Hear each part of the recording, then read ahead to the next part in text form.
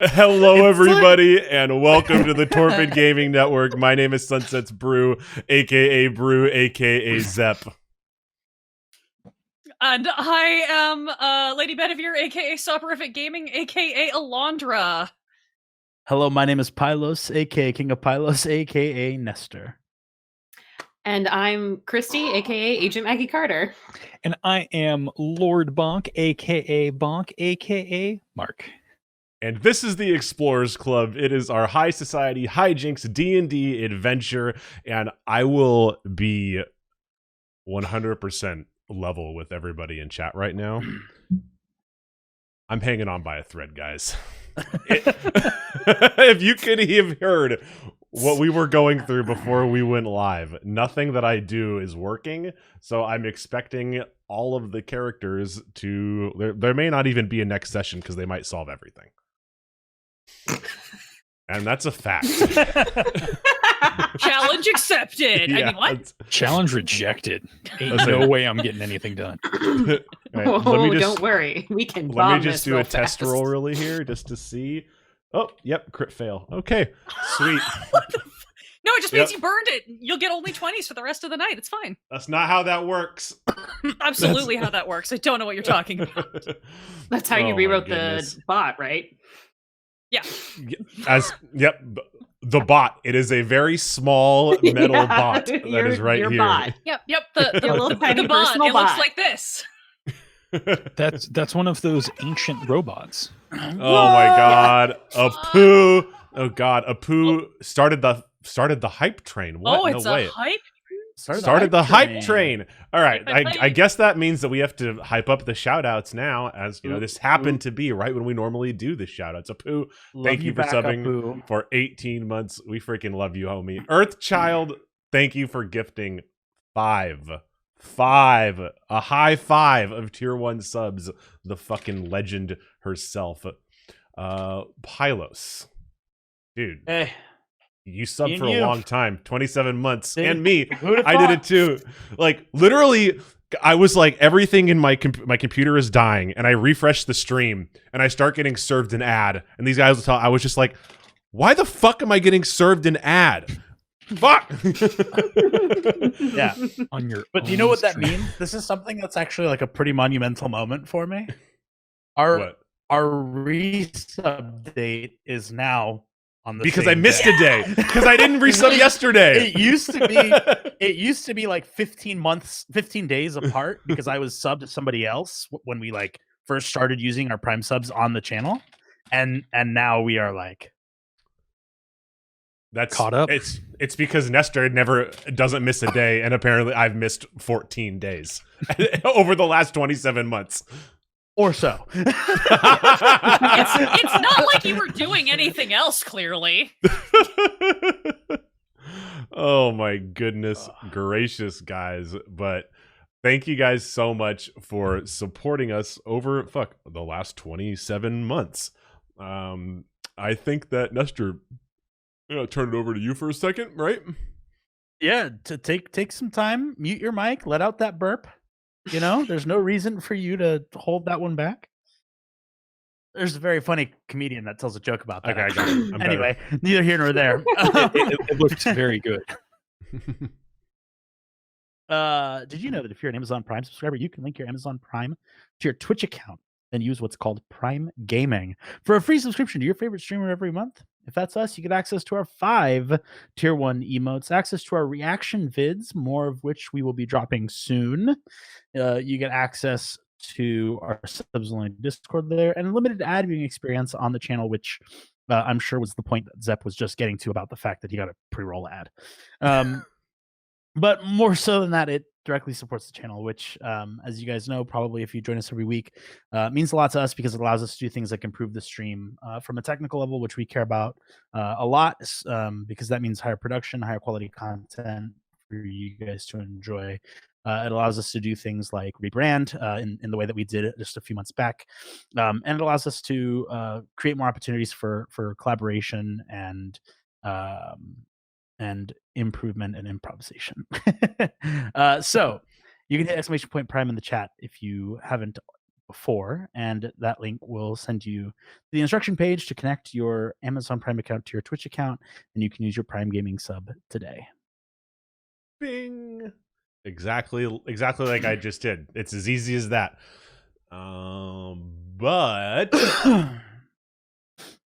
what other announcements do we have? I'm There's slowly a catching my giveaway breath. coming up. Oh my god! Yeah. There's a giveaway coming up. That's right. There's a guys. 12. Have you Oh, have you made the announcement to the 12 hour stream? Why don't we do that first? Good call. Okay. As you guys know, we've been working on a 12-hour stream, but due to some personal things going on for both Zep and I, work related and health related in some cases, we are going to be pushing back. For the main reason being that we take it very seriously to not half-ass anything. We're gonna full-ass everything we do. As it's been so often said on the channel. So we're going to be pushing back to December 12th for the 12-hour stream, 12/12/20. Yeah. It is our hope that in that time that we will be able to get everything that we want ready in the way that will operate best for your viewing experience and for us to produce it in a smooth and meaningful way. So set the date. DJ Take, thank you for gifting a tier 1 sub. Set the date on your calendars, 12/12/20, the 12-hour charity stream, which I'm only now realizing worked out so well. 12-hour charity stream. But it is still the 12-hour galactic charity space party benefiting Black Futures Lab. So put it on your calendar. We'll continue to remind you leading up to the date. And thank you guys for your continued support on that and for being so understanding about us having to move the date and make it happen in a way that, like we said, that we think is better all around and more meaningful. So yeah. Now on to the fun stuff, the giveaway. We are going to be doing another giveaway today. If you were here last week, you know that our good friend Bluey87 won a set of dice. We are going to be giving away another set of custom, artisanal, handcrafted, one-of-a-kind Torpid Gaming Network dice that are not even arguably, they are cooler than the dice that we gave away last week. I'm actually pretty fucking upset because I really like this colorway. So yeah, yep. So this is the set that we're going to be giving away. It is right down there. It's purple and teal. You will have it before Nestor has it, and he's going to be salty about it. If you guys were here for my keyboard show and tell, my like favorite keyboard set, which is over there, is that colorway. It's purple and teal. So I am mad jelly. I am jealous, to say the They're least. they're so pretty. I might enter my bot account just to make a fucking point. Already blacklisted. So chat, Yeah, no. if you win the dice and you don't want to keep them, which you totally can and should, but you do want to send them to Pylos for Christmas, just saying. Don't do it. Don't do it. Keep them and make him whatever. jealous. Yeah, whatever holiday you Yeah. celebrate. Hanukkah, Christmas, Hanukkah, Kwanzaa. I've run out of Diwali. Which other holidays do we have coming up? Chris Mahana Kwanzaa, because that's a throwback. Is that from the OC? Oh God, no, that's from that's from think that's some just- Nickelodeon cartoon. The Amanda okay. Show. Maybe. Amanda. It could have been like an all that Amanda. reference. Oh God, I'm Oof. dating myself even more than usual. Yeah. Excuse me while I go get my walker. We better not sing any of the we better not sing any of the theme songs. That might just be enough to get us struck. Things have been I crazy. mean, we're definitely going to go to Twitch jail. So Yeah. If we're already not over there already, you know what I mean? Mhm. Oh, Amanda, All right. Diwali Have we was Sunday. gotten- Oh, good to know. boom. I knew it was in this time frame, but I didn't remember when. Thank you, Jilly Chan. Okay. Have we got everything, all of our announcements out of the way? Have we gotten 12-hour stream, shout outs, giveaway. Yep. Zep, you're looking good today. wow. Dude. I didn't know how much I needed that until you just dished it out. Thank you. Got you. So before we start, let's go around and we will introduce the characters while I will take a drink of water. I did. And then I will reel everybody into the world of the Explorers Club. Vader, why don't you kick us off here? Vader Bruin is a half-orc cleric from the Church of Thoth in Baldur's Gate. In his youth, he was a soldier, and once the wars were over, he found that the soldiering lifestyle didn't really suit him anymore, so he turned to the pursuit of knowledge, studying lore, arcana, and reading some smutty books on the side hidden from his hyper-religious housekeeper. He's a very, chill, gentle fellow. He's lost a little bit of his fighting shape because too many pastries were available in the church rectory, and this weekend he's away on this retreat on behalf of his boss, the Archbishop Roger Talbot, and he's not quite sure what to expect, but so far the company's been lovely, and he's sure it's going to be just a lovely, relaxing evening, or weekend rather, in the country, where nothing bad will happen. Olver Drin is a human sorcerer who discovered magic while he was an amateur dungeon diver. He then went on to use that magic to position himself into a position of power by making rich friends who all mysteriously chose to gift him their companies. So he now runs one of the largest transport and logistics companies in Baldur's Gate, and is looking to expand his empire to the world, and that means partnering with Silvershield Industries, and so he is a very wealthy entrepreneur who now runs his company in a very honest way, but will always do what it takes, what he deems necessary to expand his wealth, his business, and maybe he's Batman.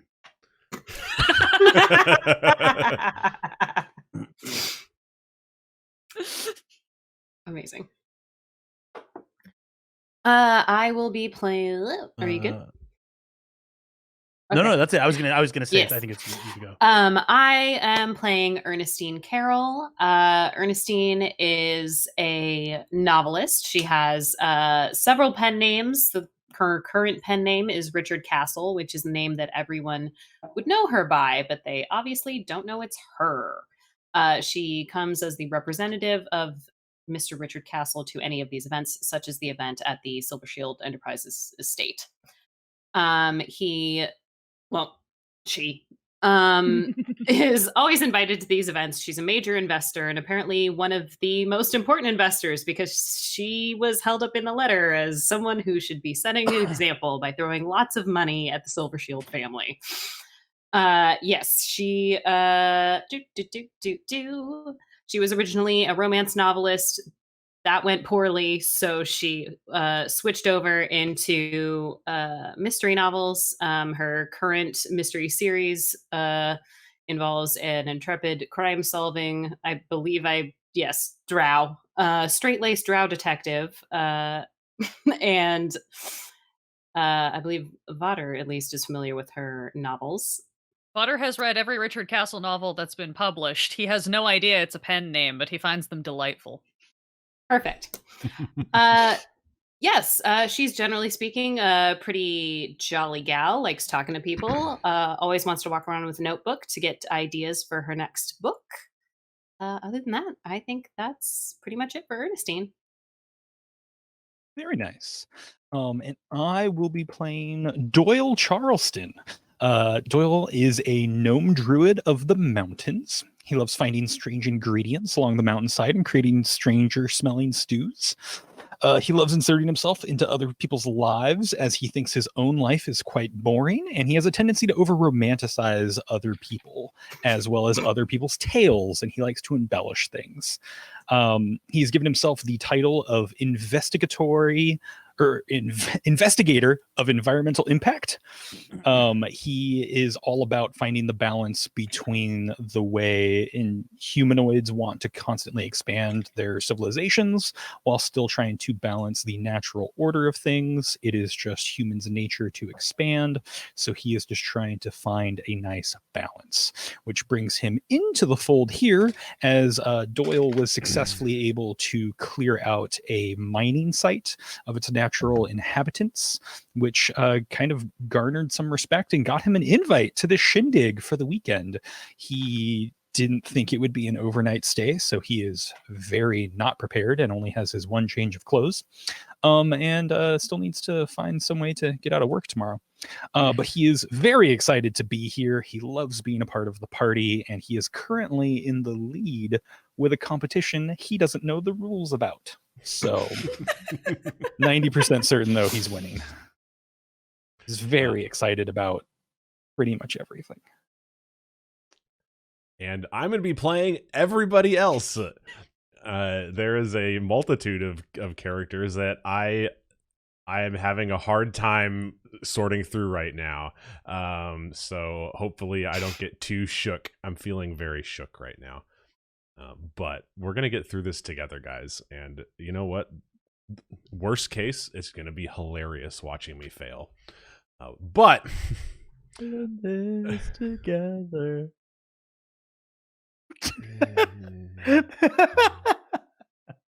I know Is this all a the musical choreo. episode. It could be. I don't got a basketball. I don't know if that's going to help or hinder your mood. What does a musical episode of the Explorers Club look like?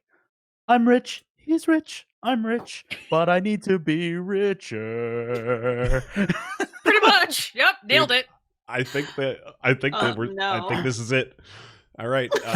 Who can play piano? We need to get 0 out of 0. I think I still have my harmonica around here. Oh God. Oh God. Oh God. I regret everything. No. I regret. Did you really Yes, have yes, it? yes. Did you have it with an arm's reach? You have the power. Yeah, of course I have it within arm's reach.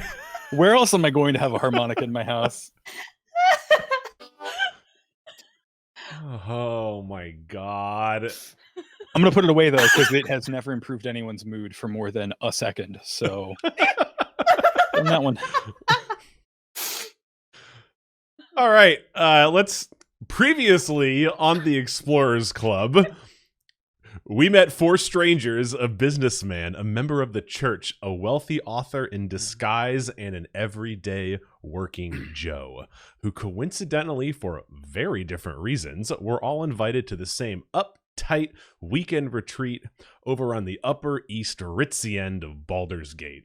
Their host, Entrar Silvershield, runs the biggest masonry game in town, and the tippy top of society is here to mingle. Ernestine made friends with the codebreaker who gave her a little inkling as to what might be going on here besides the obvious heavy pours and good times. The gang discovered that there's some kind of contest going on with their invitations, and it led them into a hedge maze on the property. Doyle, being a gnome of the earth, reached the center first and was rewarded with the prize, of which he has no idea of what it really is. Once the rest of the gang caught up with a very distressed Lady Silverhall in tow, the maze started doing something a little weird. And we don't deny anyone's service in this establishment, but if you ain't fun, then get the fuck out of my bar. This is the Explorers Club.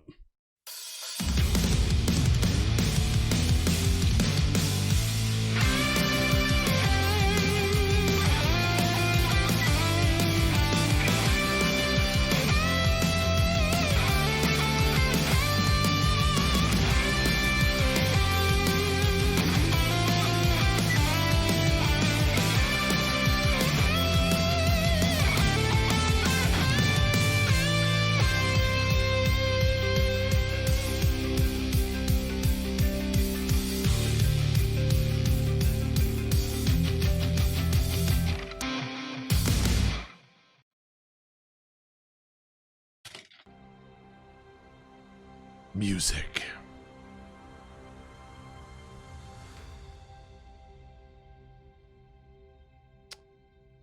Vader Bruin, Olver Drin, Ernestine Carroll. You have a very distressed Lady Silverhall right next to you as this hedge maze that you guys are in the center of starts to slowly shift. The sky darkens, and she had just looked to Olver and asked, "Look, you're gonna save me, right? You're gonna save me." Just as long as we're in agreement. Well, what? Agreement of what? You'll sit down with me after this meeting, and we will discuss our future. Our future. Well, Oh, okay, look, Fine. I reach my hand because I'm still on top of the. Oh no, we dropped down, right? No, so you are still on top of the hedge mage. Ernestine Carroll and Vader Bruin are below with Lady Silverhall. She is not paying attention to either of them. Okay. Then I reach my hand out to hers and kind of jump down from the hedge, and look at her very closely and say, "Stay close." And proceed to go towards where we last saw Doyle, you are in the center of this kind of clearing with a very, very tall oak tree that you had kind of climbed up and slammed your silver coin into, and it shuddered and it absorbed that red light up in the top right quadrant of that coin, filling 2 sections. And you kind of see all this unfold as the maze darkens, as the sky darkens, and you can see the walls of the maze start to shift. And I'm going to need you to make a dexterity saving throw as you feel just a little tickle on your ankle. 12. Unless it's... Oh, yep, nope, 12.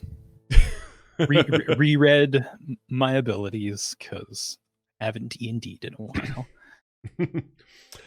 Yeah, that's not going to do it.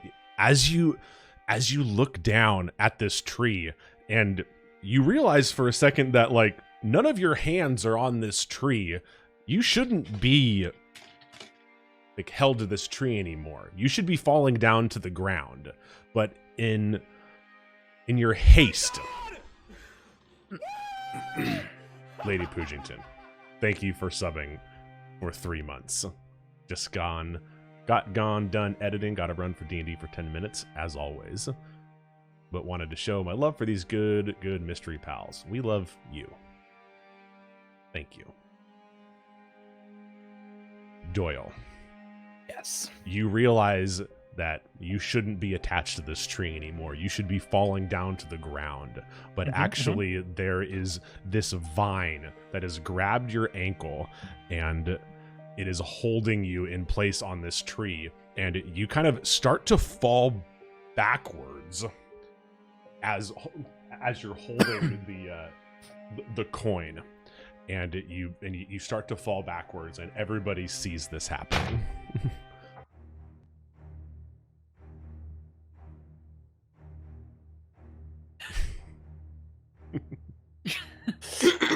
Just like that. Just like my weird slow-mo to fall back into my chair. Yep, nope, I'm not falling. Thanks, little guy. And I'll pat the vine that's holding on to my leg as I'm stiff board out 90 degrees now. Is it still holding on to me? Uh-huh. Yeah. As a sign of thanks, I am just going to do stupid druid things, and I'm going to use druid craft to have some buds bloom on the vine. So if this is a tree that flowers, little flowers for it. You see, and is that a cantrip? Is that yep? Or is that just something that druids nope, can do? Novelty cantrip, druid craft. Create a tiny harmless sensory effect, or you can instantly make a flower blossom, a seed pod open, or a leaf bud bloom. And you see 4 of these nice flower buds just bloom, and they are jet black flowers with a yellow center. And you can feel this vine starting to tighten its grip on your legs. Would I recognize this flower by chance? Because that doesn't sound like very welcoming colors. Yeah. Why don't you roll perception or I have a like nature. Yeah, roll a nature. Druid things. 16. Yeah, you recognize these flowers from a weird type of predatory vine that you saw in the Stormhorn Mountains while you were on the project up there. Oh, this isn't good.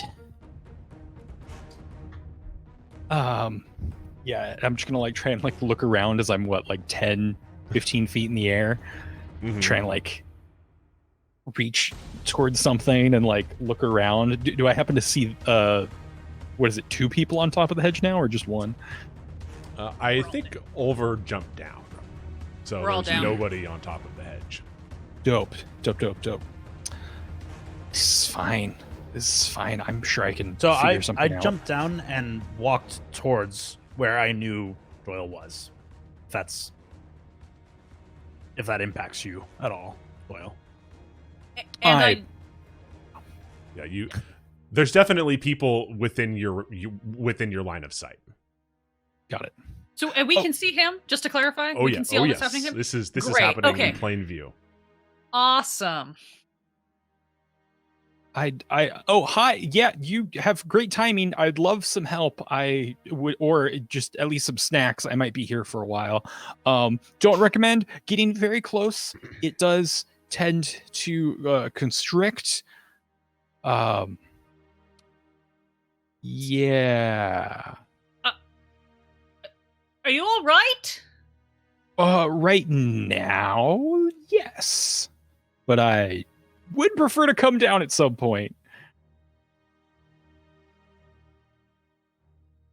Maybe if you guys could just stack on each other's shoulders and maybe pull on me, but don't get too close to the tree.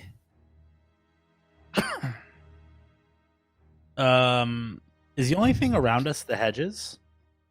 So there is, in this clearing, there are hedges, and then there is this massive oak tree that now, Right, but the oak tree is it is the main feature of this clearing. Yes. Okay. Can I? Because I still have spider climb active. Because it's an hour-long spell. Yep. Can I just climb up to one of the hedges and try and reach for Doyle? So he's probably, this is a rather large clearing. He's probably 30 feet or so away from the nearest hedge, as the tree is right in the center of this clearing.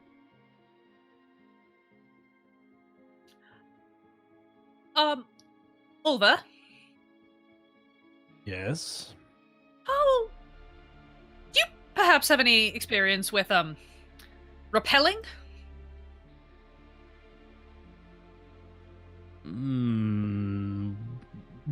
Where exactly are you going? Old army trick. You take a crossbow bolt, you tie a rope to it, you shoot it up into something where it sticks, and then you've got an anchor point, and then you can tie the other end off to allow you to, cross a gorge or rappel down the side of a cliff or drop in on your enemies unseen. I really don't think it's necessary to shoot me with a crossbow bolt. Well, it wasn't intended to shoot you. I was With all going due to respect. shoot the tree and give you a way to climb down more securely. Oh, I like that idea a lot better. Yeah, no. After you, Olver just kind of waves water from the top of the hedge, just kind of after you. Go ahead. Unless somebody's got a less militant idea, it's not my first choice, but it seems like an option. Definitely watch this play out.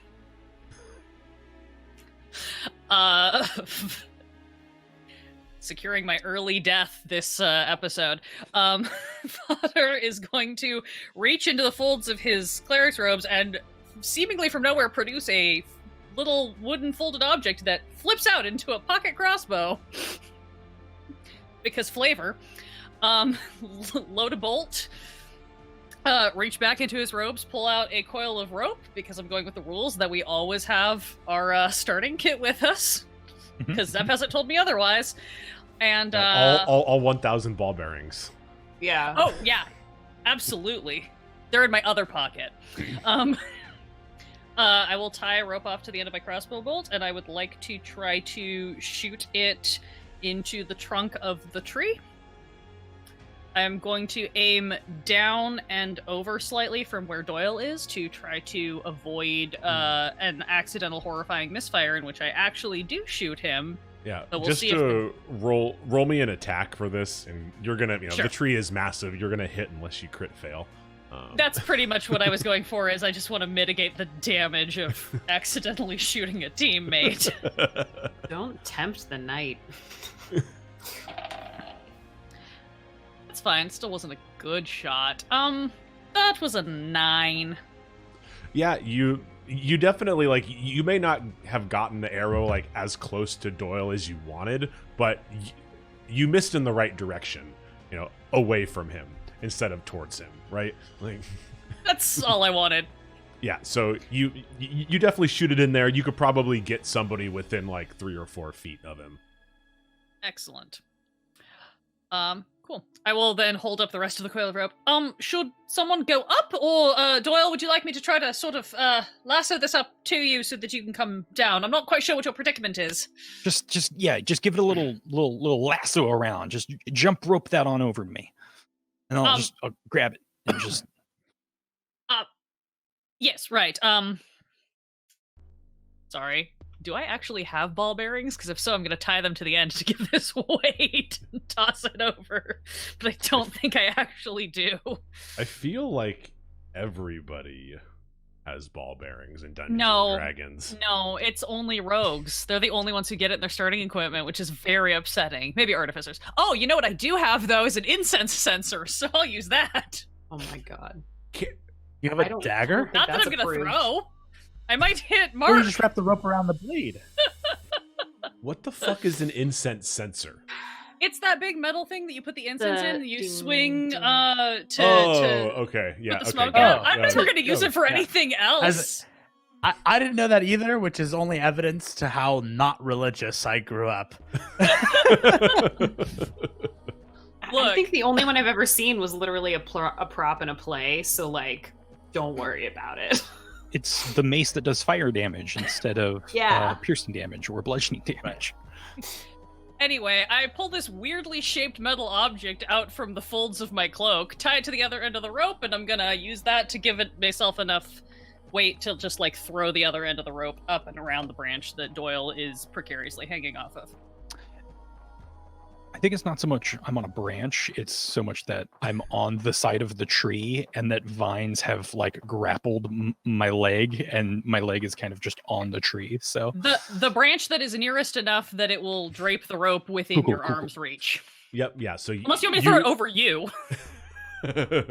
Yeah, I see what you're doing now. Definitely smack him in the head with the sensor. I'm trying to not kill you, Mark. Let me not kill you. I have the most hit points in the group. I think we'll be fine. Is that a true thing that's true? Yes. I think I'm tied for first with 38. Ernestine and Doyle have I the think most we HP. both have... We have HP for no reason, as far as I know. I think just everyone else doesn't have HP for a reason. It's possible. It's class-based. Anyway, we can get into that at intermission. Yeah, gonna fling it over. Zep, do I need to make our roll to see if I do that, or are we just... Is that a gimme? Yeah. Why don't you give me some type of I guess that would be either that'd be a dex, right? That would be some. I can do it as a dex check. some type of like acrobatics or like a dex. Athletics is like it's strength. Athletics is strength. Right? Yeah, athletics is also for throwing and wrestling and I was anything you can do in the Olympics. Athletics covers, except archery. Yeah, well, it's like I would rather use athletics and use my brute strength to heave, but I will do dexterity if you want. I would accept like a heave as an athletics check. I'm just making an argument for a skill I'm more likely to succeed at. Of course, yeah, of course. Yeah, no worries. What skill are you using? I am going to use athletics because I am tall and I am a half-orc, so I'm going to succeed better. I would love to cast Enhance Ability upon you, which thanks, babe, gives you advantage. The technical term would be Cat's Grace. Oh! So good luck with that one. Meow. As you throw it, you subconsciously meow. I feel alive like that panther that I once strangled to death on the beaches at the salt marsh. I mean, what? With advantage, that was a 17 plus 4 is a 21. Oh, easy. Well, you have a rope now, Doyle. It's anchored into the trunk of the tree. Beautiful. Have fun. We're all just gonna sit back and watch. But... Yeah. Yeah, I will go ahead and reach on out for it and just use that to get me some leverage to try and pull myself free now that I actually have something to grab onto rather than just being grabbed onto. Yeah, why don't you roll me a athletics check, and it's gonna be there's also gonna be a contest going on with that. Oh, that's fine. You're never gonna beat this roll. I got a 6. So I have like a 20% chance at winning right now if it's contested. So let's go. Yeah. So you Doyle Charleston, as you just like grab this rope and start prying away from this tree, the vines go limp, and for a second you're like, yeah, I fucking did it, as you start falling to the ground. But then about halfway down to the ground, you realize that you weren't really like giving it a lot of strength, and as you're falling down to the ground, you can see these vines holding a silver object that has a slight red glow as it sleight of handed that coin out of your pocket as you fell down. Oh no. Oh, God, not today. And I think as I see that coin starting to disappear, I'm going to go ahead and light up my hands with Produce Flame, and I am just going to throw a fastball straight on down of just some nice fieriness at the vines to get it to drop my coin. Great. Okay, I guess we're gonna go into combat now because Doyle is shooting fire out of his hands. It wasn't me! I was afraid it would be me! So we do combat a little bit differently in this game than regular 5e, and this is the first combat that we have done. So I'm going to explain it a little bit, so you can do !combat as well in the chat. So we are using a system that is stolen from the Fate Core rulebook. And the way that it works is that now that Doyle has made this action, we are going to all kind of come together and do this combat as a group. We're not going to be rolling initiative. The way that it's going to work is that the person who goes is going to pick the next combatant, so on and so forth. And I will be playing the enemies and picking as such. But every enemy is every person in the combat is going to get a turn for each round. So we are going to try and like see how this goes, and the goal of it is to kind of take the focus away from the whole D&D combat system and kind of like make it a little bit more narrative and kind of focus on like what's actually happening instead of trying to like meta and power your way into a bunch of damage. which of course you can still do, but you better get everyone before the enemy comes up, because then they get to do the exact same thing. Exactly. So Doyle, you turn around, and what have you fired at this vine? And do you guys have the combat tracker up? Yes. I do. Yes. Wow. We all did one thing right tonight. Yay. Sometimes we can follow directions. So what do I have to do for whatever spell you said? Because I already forgot what you said. This is an attack roll for me because I am throwing the spell at this plant. So yeah, I think I'm just gonna light up my hands, because it basically puts a flame in my hand, and then I can choose to throw it as part of the action.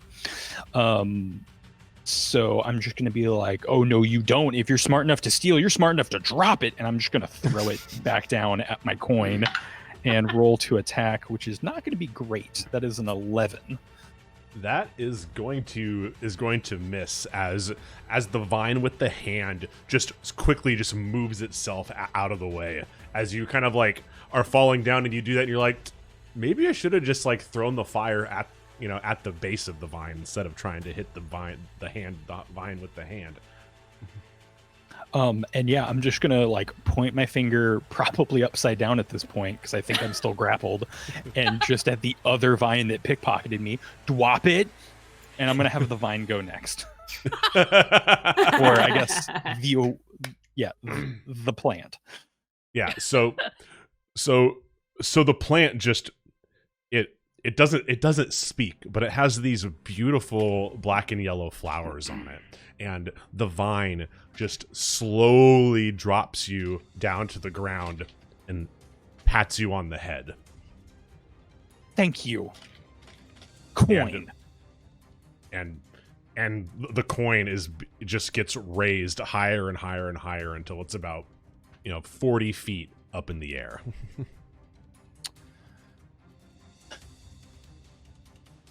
I'm not leaving without it.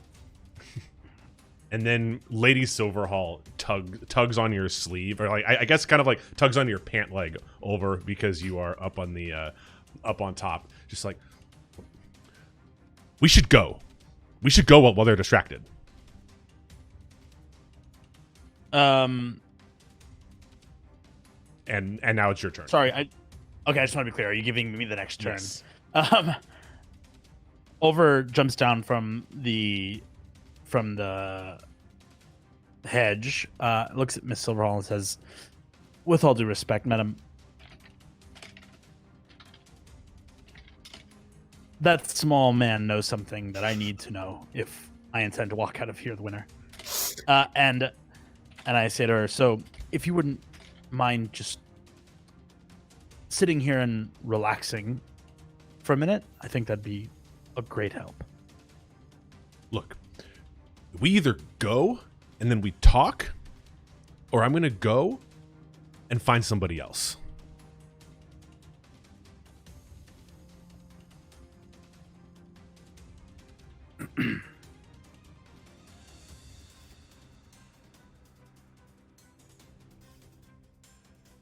Very well. I can't help you if you don't want to be helped.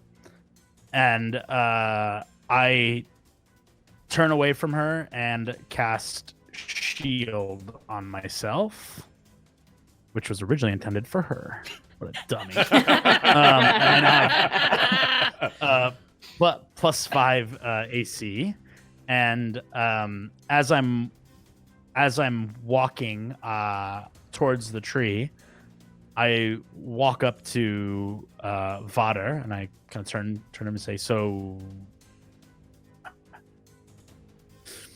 does a priest from the military have any experience with this kind of thing?" I mean, I have many ways of convincing sentient beings of doing what is most right in the moment, whatever that may be. But can certainly give it a try. That very tall man at the gates did say that we shouldn't lose these coins. Yes, because it would be of dire consequences if we did. That's correct. Very well. Let's help Mr. I'm sorry. Did I get your name? Charles. Chuck. Ches. We can deal with that later. Doyle. My hand slipped. My hand slipped. Charleston. Quite. Bobs. Thank you for the follow. Trying to hold for you. Couldn't get there. Is that the conclusion of your turn, Olver, or you have one more action? Continue. Go ahead. No, with that, I will.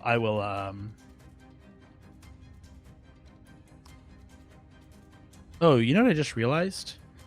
Shield only lasts 1 round, so that means by the next time I come around, it'll be up, yeah. right? Shield Okay. for a sorcerer is a reaction, so it's actually after you get attacked, so you can That's, fire it off. that's a good point. So I can't use it. Okay. Correct.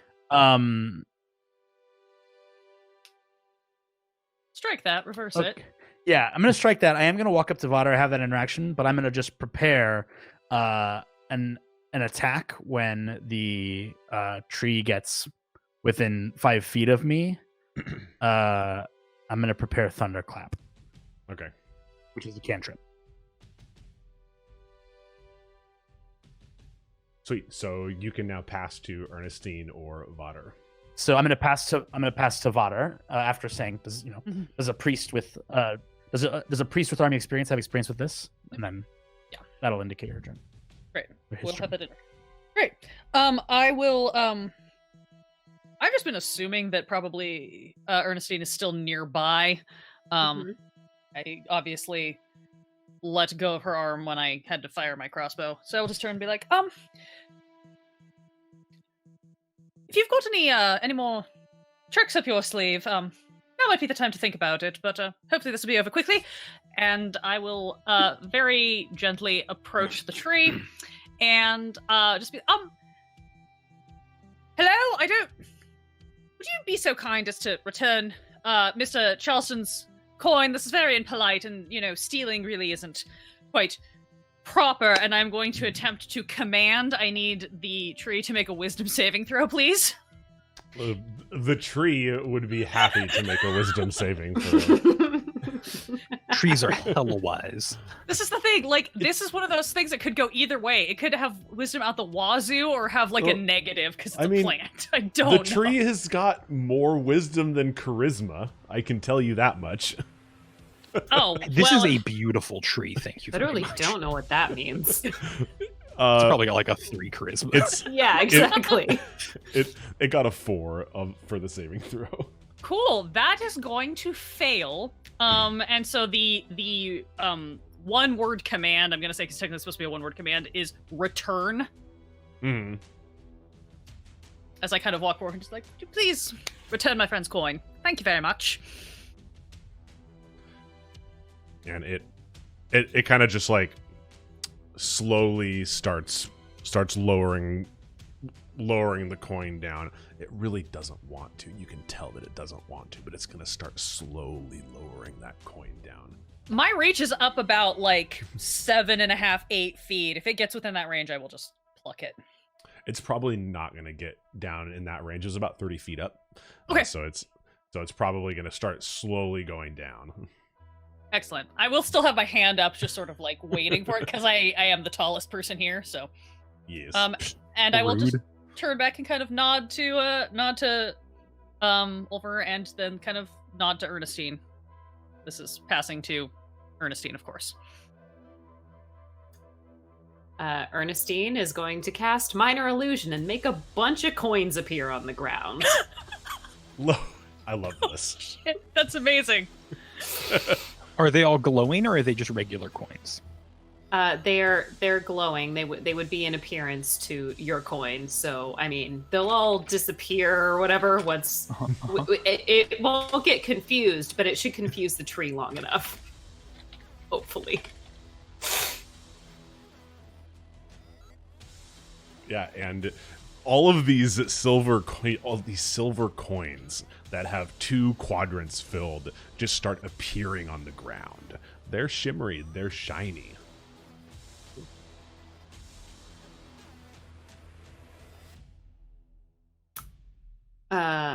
beans. That puts me at the end of the round, don't it? Yep. Indeed. Or you can select yourself again for the top of second round. I think that's how that works. That is technically. You technically could. I would be down to make a rule that says that you cannot pick yourself for the beginning of a round.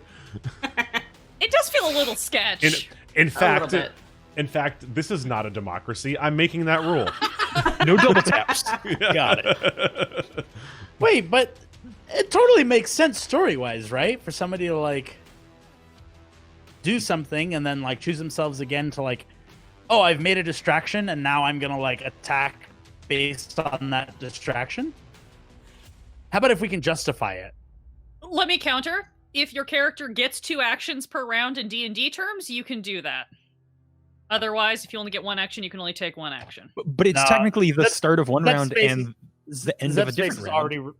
Zep's face is already repeating the phrase, "This is not a democracy." So Yeah. I got it. Yeah, got it. Great. He's just Which going to is fine start by me. building bad guys that get like 9 turns per round in response. So Right. let's not Legendary. We're taking all 3 legendary actions in a row.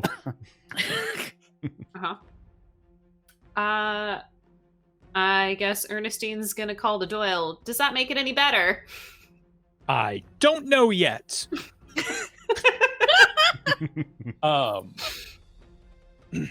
But yeah, I think I'm just gonna walk over next to Vader and just like tap my foot. Thank you. I appreciate the help. Oh, actually, I wanted to try something. Is your coin near? It's to yes, I think Vader fishes through his pockets, drops like 6 ball bearings on the ground, and pulls out his coin. And I would like to try flicking her coin, or his coin.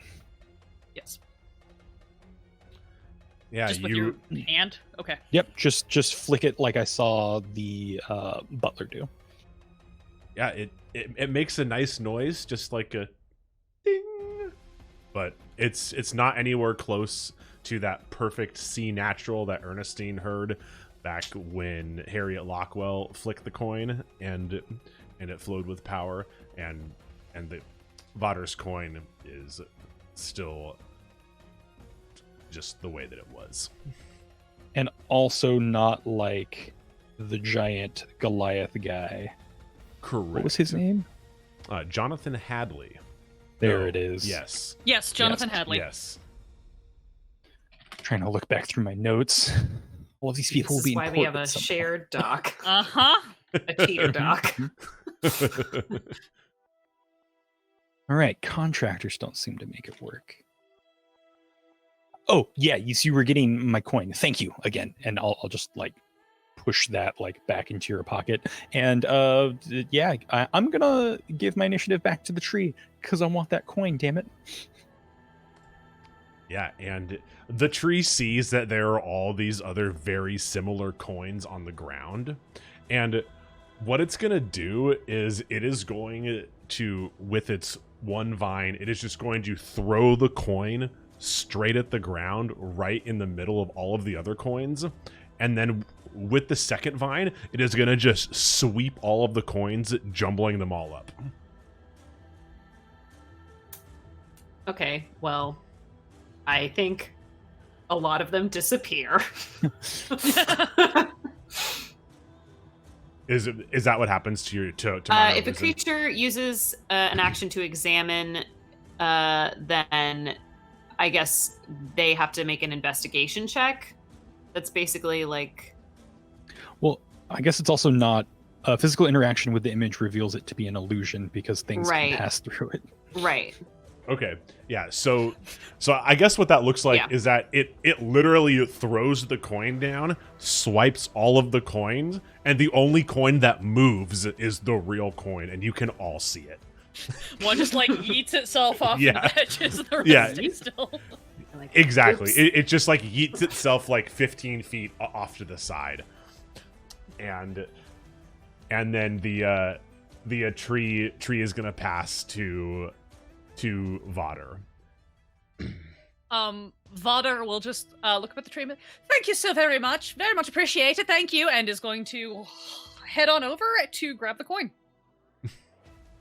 I assume I can do that. I'm just gonna go over, grab the coin that I know to be the real one, and pick it up, and head back over to hand it back to Doyle. Yeah, and the tree is, no longer being aggressive, and we can come out of combat. Great. As it lost its shiny thing. Aww. We solved the tree puzzle. One down. The truzzle. And Olver, you kind of like look back, and Lady Silverhall is gone. She bounced. I figured that was the case. So instead I turned my attention to the like exchange of the coin between Vader and Doyle, and I kind of just interject, Doyle, may I take a look at that? I'm gonna keep this on me, just the whole losing it and then not having it, and then I pull out my coin and just kind of like tap my coin to his coin with like no inspiration at all. I'm just like, like that. I'm fine with, but like I'm definitely it just clicks. Nothing happens. Tuck that. Curious. And then Ernestine wants to join that party. we need to clink around just in case. Yeah. Well, I actually have a theory of the coins, as I'm going to go ahead and just take mine and just shove it into my cod piece for safekeeping. Oh no! Vader sees you do that, and like you don't quite see him wipe his hand against his robes, but he definitely does it.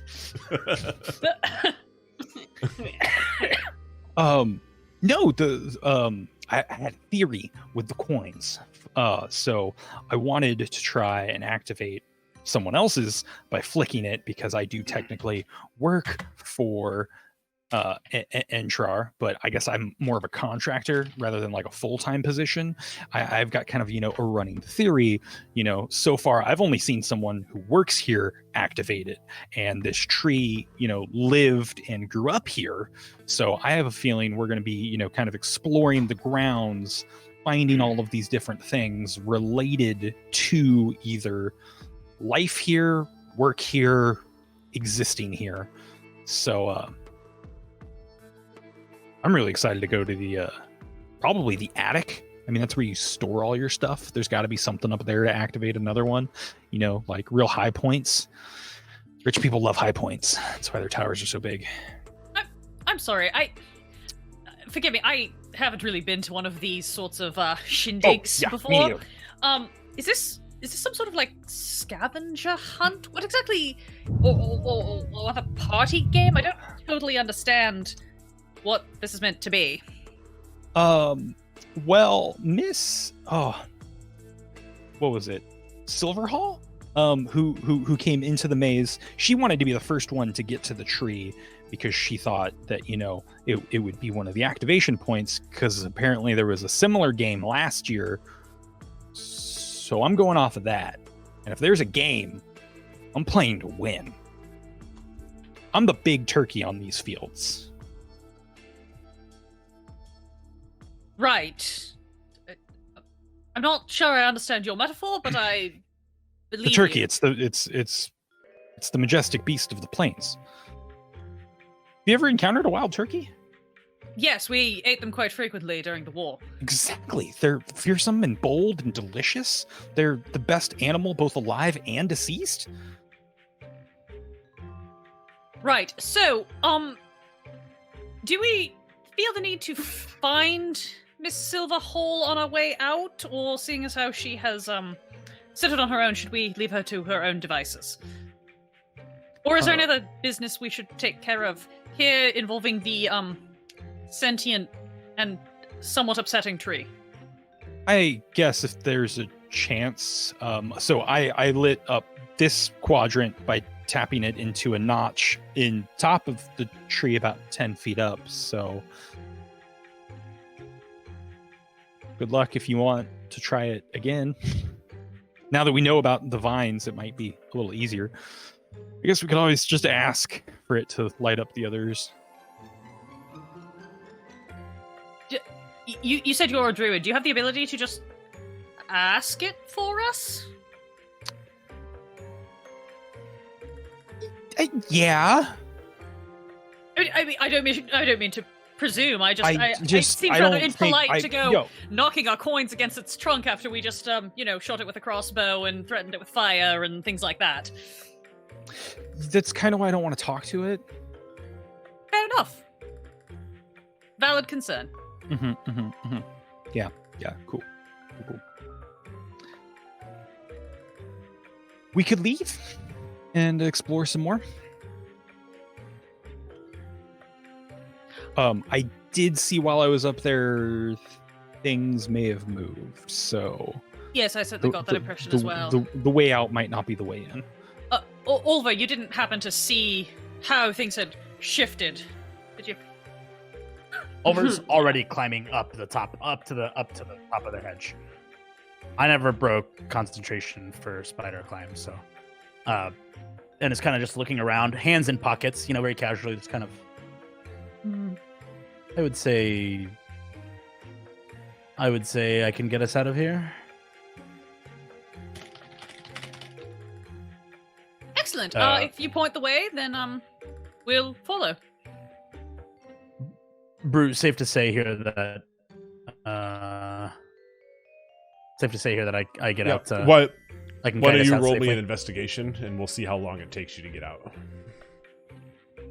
or or a survival. I'm open.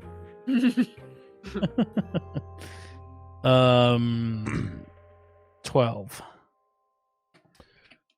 Yeah, so it seems that the maze got bigger or something. It takes you guys a good 20 to 30 minutes to get out of this thing. When it took you 10, 15 to get in. Almost twice as long. And you just could swear that this maze got bigger.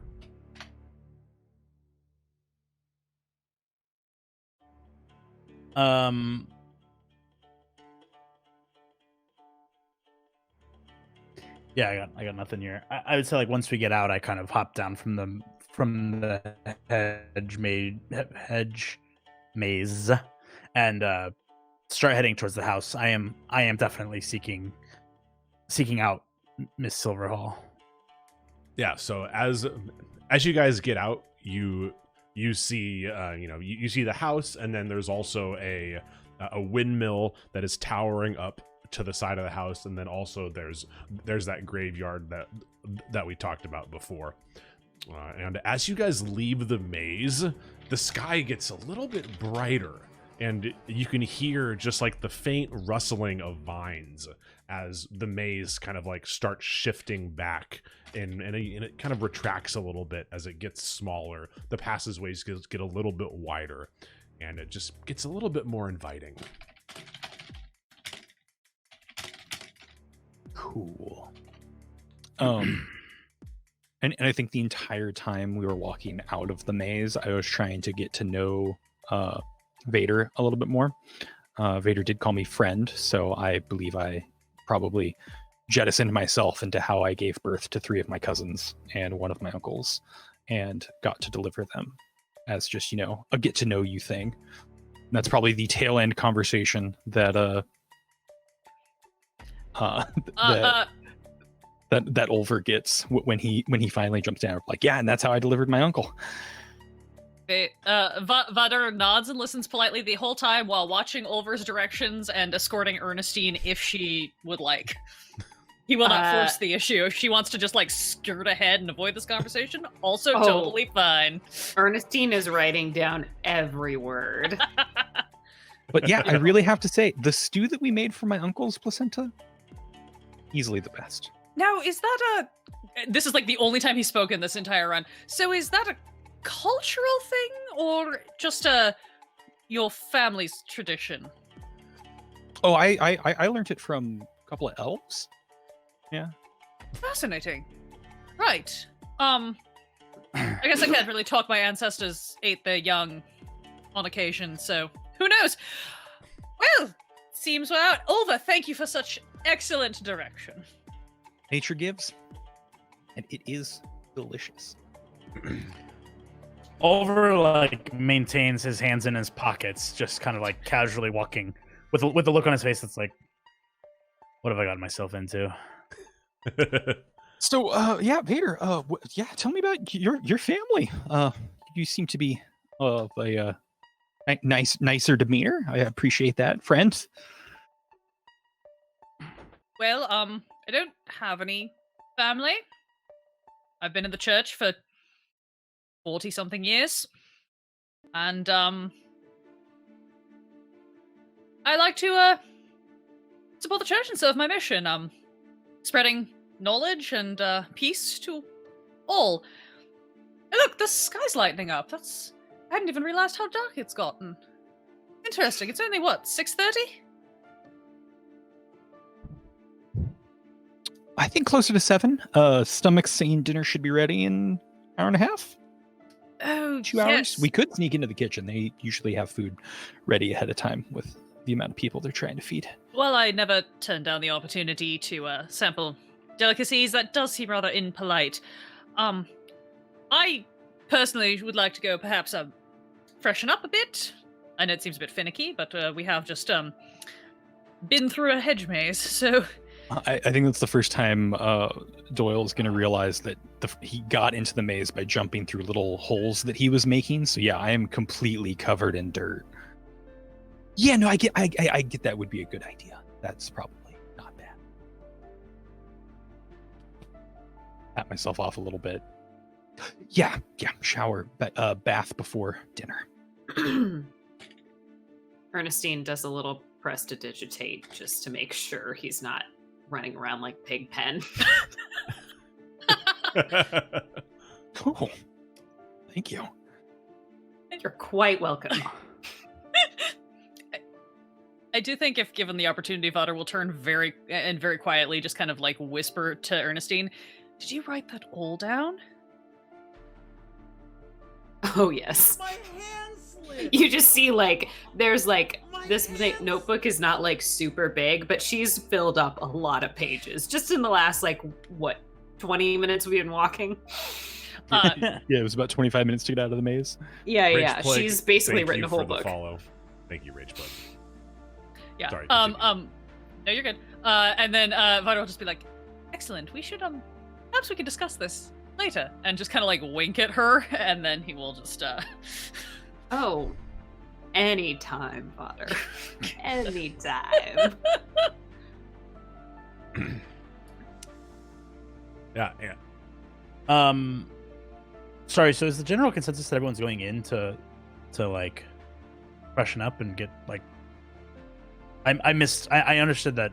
Sorry, because I wanted to get my glasses. I just missed what was. So over Drin, you reach the door of the mansion first. You're probably followed about 20-30 feet behind by the rest of our motley crew, and you open the door, and what awaits you inside is there is a two beings down kind of at a high boy off to the left of the door who are staring up as you see the back of a very dirty Lady Silverhall just grumbling up the stairs, just yelling, just, "I can't believe they just put me through that. I just wanted to get the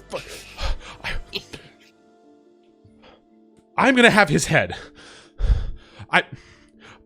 And then her voice just trails off as you just hear her just clomping up this grand staircase up to the third level, and one of these two beings next to you is and I have to pull up his sheet because I have weird digital flashcards that are not loading very quickly. Is a very snappily dressed kobold in a Baldur's Gate he like has like a very nice, like almost like a military like suit on, and there is a Baldur's Gate Investigatory Services badge on his uniform. and he kind of just like looks up at Lady Silverhall and looks back at you, and just like he just looks at you. Do you know her? While Lady Silverhall is like yelling and exclaiming, the biggest smirk creeps over Olver's face. He's like just happy to know that she isn't dead or anything happened to her. You know, it's kind of like, we'll work that out. Wait, like, but like, what did you, what did you do to her? No, sorry, that's not what he says. What that's just what the look on his face says. Oh, okay. What he says to the kobold is, "No, sir, I'm sorry, I don't know her at all. I met her today." But what she came in talking about a very fancily dressed man to make a business deal, but I just let me introduce myself. I am Detective Rhubarb of the Baldur's Gate Investigatory Services. Who are you? Drin. Olver Drin.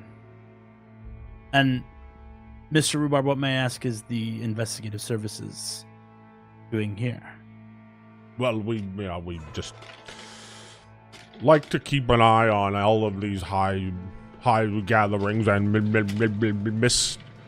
Silvershield always says that we have an open door at any of his gatherings, and also I hear the board is amazing. Yes, of course, it is important to stay weary of the eccentric and rich, wouldn't you say? And the other being who is a gnome, about 3.5 feet tall. He's in a regular policeman's uniform, and he turns to you. Well, yeah, I heard that you that the Drin runs a pretty nice establishment, don't you know? Less of an establishment, but sure. Yeah, no, the name is Custard, and you're one of the good ones. And he like pokes you right in the chest. He has to like reach up all the way to poke you. Yeah, Olver is very off put by that. You can tell he like pops his jacket and like, who cares that he's just been fighting a magic tree? He's like, gentlemen, is there something I can do for you, or? Oh, well, I just keep an eye out here on for anything. I am greatly looking forward to dinner. Of course, and I am looking forward to your protective services. And Detective Rhubarb hands you a very nice business card, and it just says, Detective Rhubarb, Baldur's Gate Investigatory Services, and it has the address of the local police station, wherever that may be. Look, I am at your service, but please, just don't hesitate to ask if you have any questions. But I'm here to make every buddy's time great. Rest assured, Detective Rhubarb, I am also here at your service, should the need arise. And like, Olver slips the business card into his sleeve and walks past the two of them. Yeah, and Constable Custard just takes another swig of that delicious scotch, and as you walk up the stairs, you hear him just say to Detective Rhubarb, "Yeah, I just think that Drin guy, he just runs a really good business. No, I heard that people just gifted him that stuff."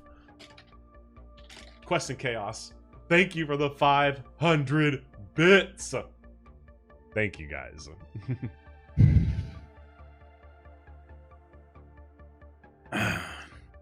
And at that point, Ernestine, Carroll, Vader, Bruin, Doyle, Charleston, you guys enter this weird scene as Olver is about halfway up the stairs.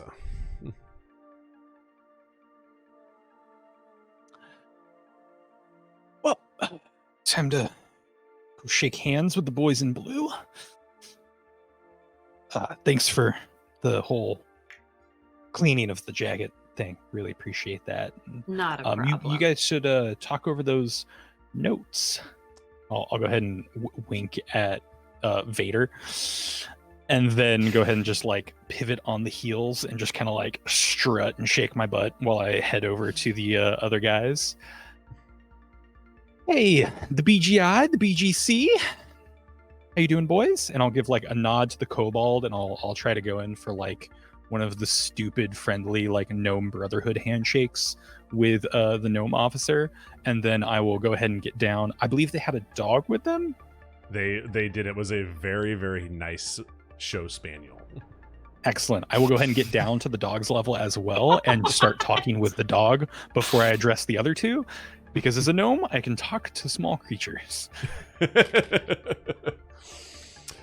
And I would like the dog's opinion on things first. Yeah, so Wonderful. And so you kind of just like, yeah, as you like get down and start, and what do you ask the dog? How go your duties, sir? Or ma'am? Look, well, I just all I know is that whatever thing that is in the cups that they're drinking is fucking disgusting. It is not for everyone, but is it uncommon to things they've drank in the past? No, Rhubarb and Custard drink this a lot, especially when they go to these gatherings. They don't seem to act differently, though, after a few. They seem like they can have quite a few before anything really starts to bother them. I mean, it's consistent. Guys, we are getting a raid from Art Hard Studios. No music. There it is. There it is.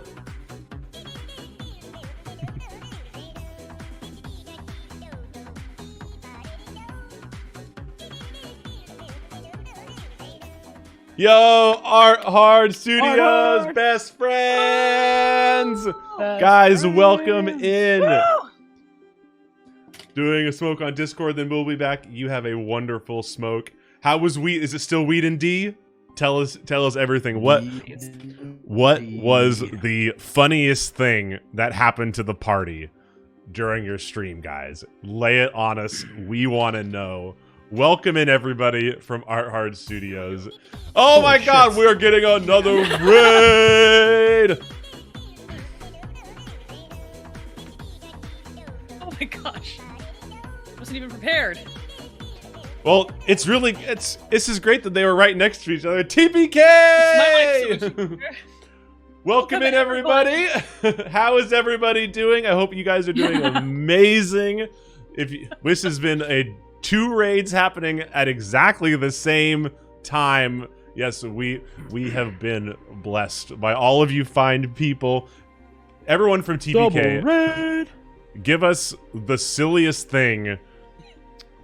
Okay, so we're asking for the silliest thing that happened to the party from Art Hard Studios. TPK, tell us the silliest thing that the party did to the DM in your session today. Yeah. That is what I want to know. Brew needs inspiration. I really do need inspiration, guys. I'm flying by the seat of my pants here. My hands slip. Green Bananas and Dirty Davy, thank you guys for the follow. And everybody who's coming from a raid, welcome. We are the Torpid Gaming Network. We are a variety channel. We are live 4 to 5 times a week. And on Tuesdays, we play tabletop RPGs. It is our D&D5e campaign this week called the Explorers Club. It is a high society hijinks, where the party has been invited to a weekend retreat at a stonemason mogul's estate on the Upper East Ritzy end of Baldur's Gate. Someone's saying Lincoln Parton character. How dare you call me out for my plant crimes? We were also doing plant crimes, almost. I mean, yeah, you guys would have committed a plant crime. Yeah, technically the plant did the crime to us. Yeah. Let's go back to Lincoln Park in character, because 2001 me just got real excited. 2020 me got excited. So there's still time for us to make this a musical episode, Pylos. I don't know what you're talking about. We're having an intermission. I'm trying to remember which song I would sing. Anyway. Neither here nor there. Yeah, someone did that. Because now I'm in my head like, it starts with one thing. I don't know why. It doesn't even matter how hard you try.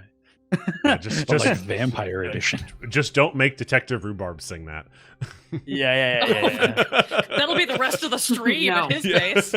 No, quit. Bye. Good night. Big Sloan and Munch Party, thank you guys for the follows.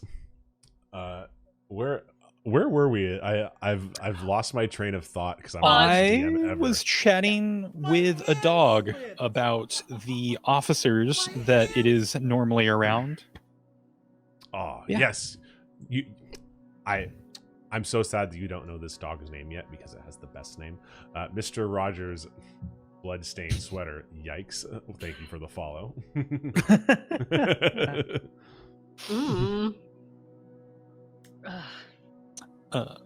Chatting with a dog about a man. About a couple of shorties. True. D-Jank Tank, thank you for gifting 3 subs. Is that even legal? Wait. We're gonna have to take you to jail for too much support. Probably. That is how we keep all of our best friends in jail. Yes, that's true. I was not expecting that to go that way, but I'm excited that it did. For me, really? To the dungeon with you. Doyle Charleston. You are talking to this beautiful kind of show spaniel that is kind of laying around and like occasionally is like trying to like take a sip of whiskey and just like that's been spilled on the ground next to it, and it's just every time it's just like I just wish that I just think it's gonna taste different every single time.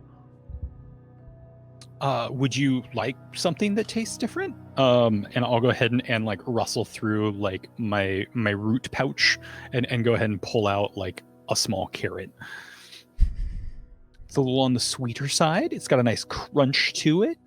I think that might do the trick for you.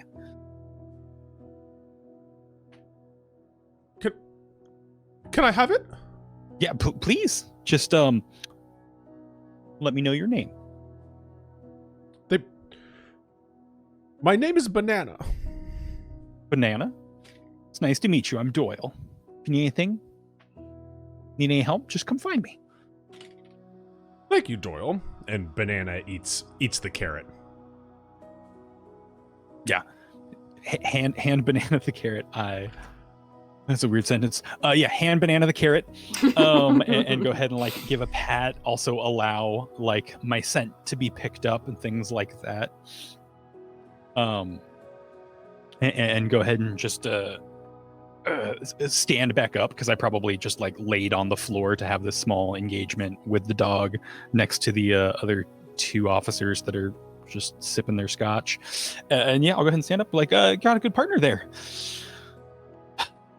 Oh yeah, no, Banana, she is the best. Like she has been there for us ever. She's one of the good ones. And Detective Constable Custer just like pokes Banana with like the exact same poke that he gave to Olver when he was talking to him. Yeah, you're good people, and I'll go ahead and like poke him a couple times on the chest too, just because it seems like that's his language. Oh yeah, no. Hey, if you ever see anybody sneaking around doing anything, they're up to no good. You just come tell me, all right, and we'll take care of it. Sure thing. Glad you guys are working. Well, the rest of us are here to party. So appreciate that. Constable Custard takes another sip of scotch. Yeah, no, it's tough life here out on the beat.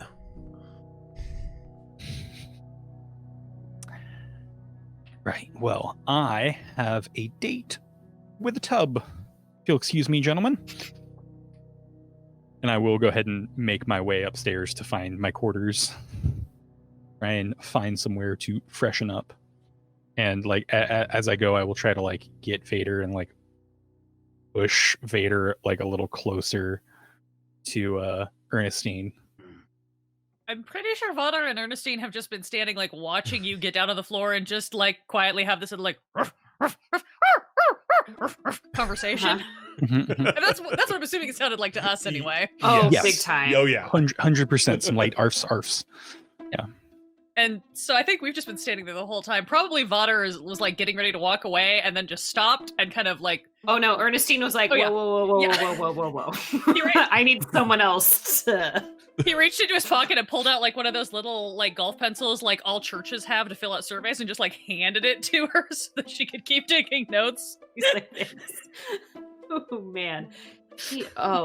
I think I'm gonna start writing. Oh, this is like a children's series, right?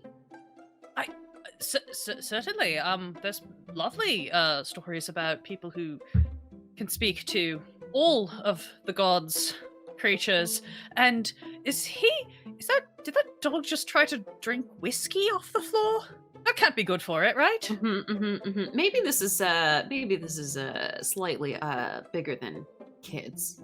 Perhaps Maybe there's an in between adults and children genre. Oh, that would we should probably. That's a an genre that should untapped exist. market.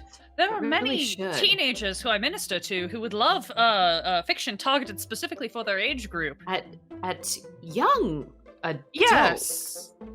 Yes, they're sort of like adults, but they're younger than adults. Furiously Excellent. right.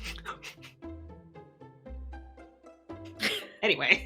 But yeah, as they come to the end of there, I'll get like stand up, dust myself off again, and I'll see them kind of staring, and I'll just like give them a big smile and like just do like a little air, like you guys just get together, and then just like a big smile and like stare at them and like start to blush for them, and then I'll just head my way up the stairs and go and find my own quarters. Vader will repeat the hand gesture that he made of sort of like pushing us together and be like, is this... does he need a fluff pillow? Is there a... I'm not sure. Oh. Right. Well... I don't really know what is going on in that man's mind at any moment, and I think that's probably the greatest thing about him. To be fair, based on the conversation we had coming out of the hedge mace, I am perfectly content to only know the things that come out of his mouth because I am somewhat terrified of what else might be inside. That is understandable. I've never heard so much about the birthing process in 20 minutes. It's true. I don't know about that placenta recipe, but maybe that's like that ain't an elf thing. I don't know. Yeah, it must be. Maybe it's a wood elf thing. I don't recall anyone in my lineage consuming of any part of the birthing process. No, certainly not from my side of things either that I recall. Anyway, Fine. may I escort you up to your room? Oh, I'm fine. Thank you, Father. You go ahead and do as thou wilt. Clever. Very well. I do. It's been lovely to chat with you, and perhaps we can talk more about literature and your writing pursuits at dinner if we get the opportunity. Of course, that would be delightful. Yes, I'd love to know your opinion on the current state of literature. Are you just in the theater? I loved the theater when I was in the military. I'm not a fan of the theater. Oh, well, literature it is then. Very well. Good day, and he'll just give you a little bit of a bow and take his leave. We'll get there. Oh yes, we will. Over Drin, what is your objective when you are as you walk up the stairs?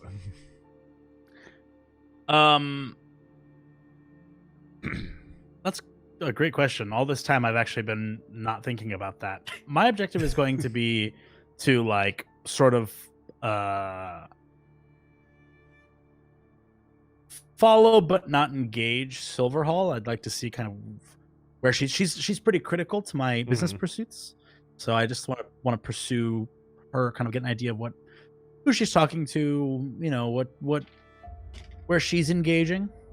Yeah, absolutely. She is going straight up to the 3rd level, and as you kind of crest the stairs into the 2nd level, which opens up into the main dining area, you can see a purple-skinned tiefling setting the table. It's a very, very long kind of banquet style table. They're obviously getting ready for the impending fancy dinner. And this girl is setting the table. You can see a archway that leads into what looks like a library that has the nice rolling glow of a fire. And there is Hurricane Silverhall, which is she is just storming up the stairs. There's just like this trail of dirt and mud as she is just kind of like just screaming at the top of her lungs, just like, you think, why would I ever go into business with him? He wouldn't even help me. I almost died. And you hear just a door slam at the top of the stairs as she probably like got in, as she like enters some room up there.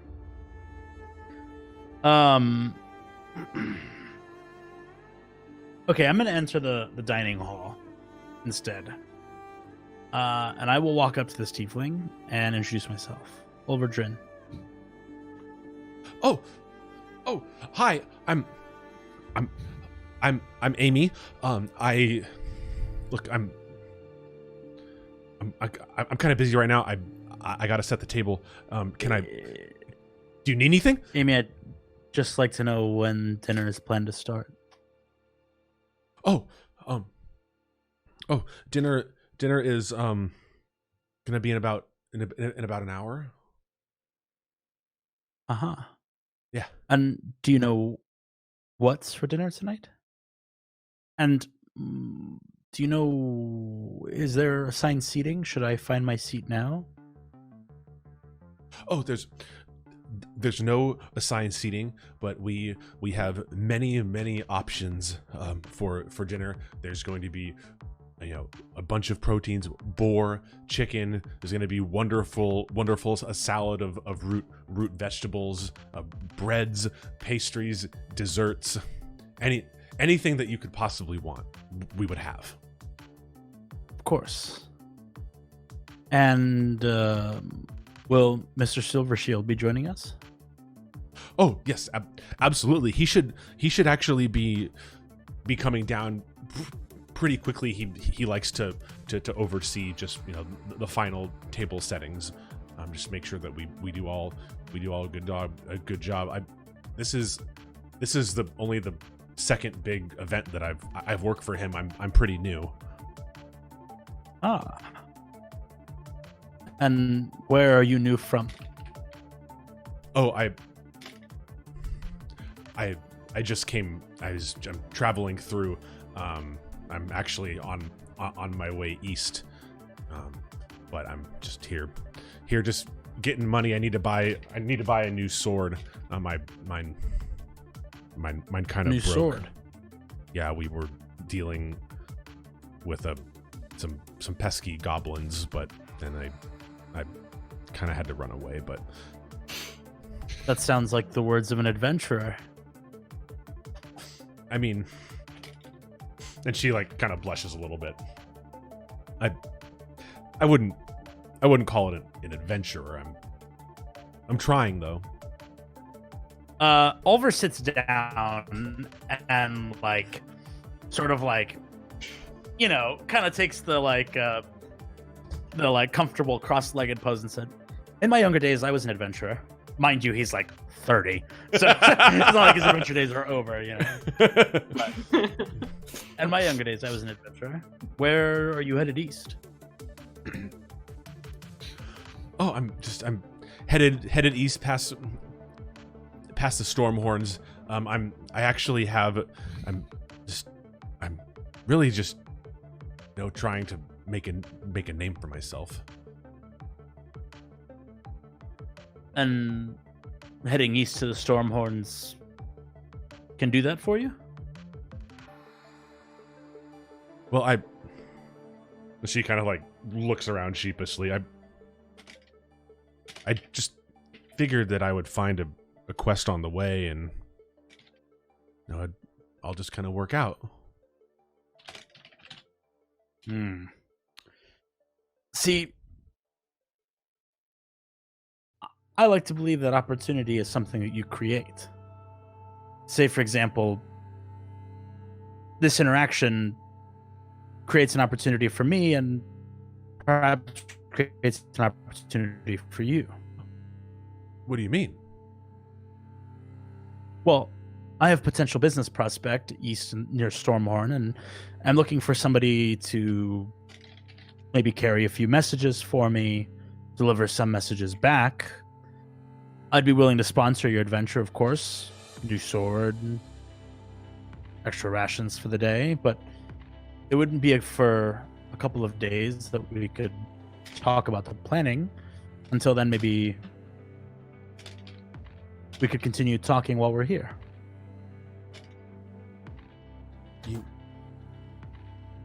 You would give me a quest? Good help is rare. Oh yeah, I could use the sword, but why would you be willing to just get me that stuff? That seems a bit forward. Well, I mean, you have to understand that I am a man with little time and a lot of business. And to be fair, it doesn't seem like you are sitting here. How can I say this? Indulging your own stories. I don't need someone who's going to make a big noise out of the adventure I give them. I need someone who knows how to get the job done. And it seems like maybe we might have a place for each other in that way. Roll persuasion.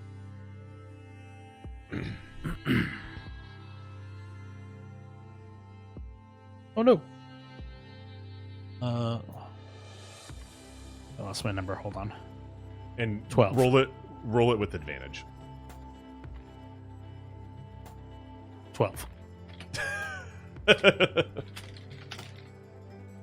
And she kind of like looks at you. Look, that's super thoughtful of you, but let me look. I want to talk about this more, but I Before she finishes, he stands up like very abruptly and just says, "Think it over, and I know that this won't be the last time our paths will cross."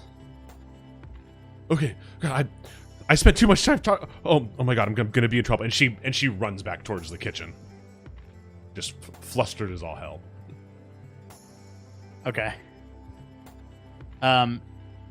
In that time, then I will go back and try and find Ernestine. Yeah, I don't think Ernestine is trying to hide. She is down. No, but I'm just like, I don't know where she went. Yeah. After I went upstairs. No. Ernestine, her intention after she and Vader separated was to just kind of like find some common areas and just like find a chair and sit and eavesdrop on anybody that happened to meander by. She's just people watching. After, if she needs to, giving herself a little prestidigitate. Yeah, so you definitely, I think there's really not much down on the first level for you. Like if you were there's a couple doors that flank this grand staircase, but they definitely look like service doors to you. And so I think that you would probably want to like go upstairs. And as you get upstairs, you kind of see Olver having this conversation, and while that's happening, you see an archway that has a library in it that has this warm glowing fire in it. Right.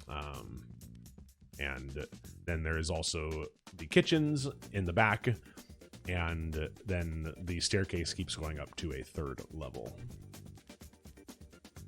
Righto. Then she probably popped into the library to cop a squat. Yeah, and in the library, you see two very old men, humans.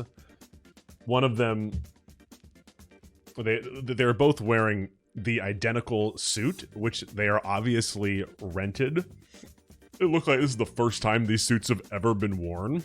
Like crease lines still might be in them, and the only difference between these two elder statesmen is that one of them is wearing a yellow cummerbund, and the other one is wearing a purple cummerbund, and they are just have a bunch of books just laid out on a coffee table in front of the fire.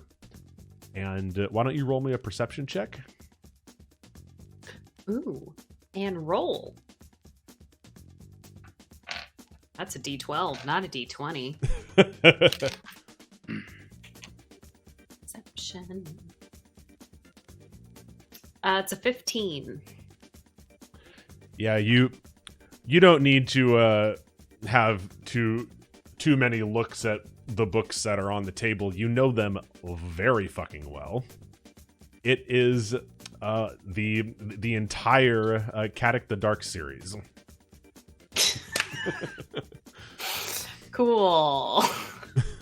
And for those of you playing that home, that is Richard Castle's books. and you can see these two older guys just poring over one, and one of them has Dark of the Night up and is just like flipping through, and you can hear him saying, but how would this work in the proscenium? Why is this the game we're playing tonight? Okay. He's just gonna walk over and be like, I hear the author is impossible. Absolutely won't give up the rights to adaptations.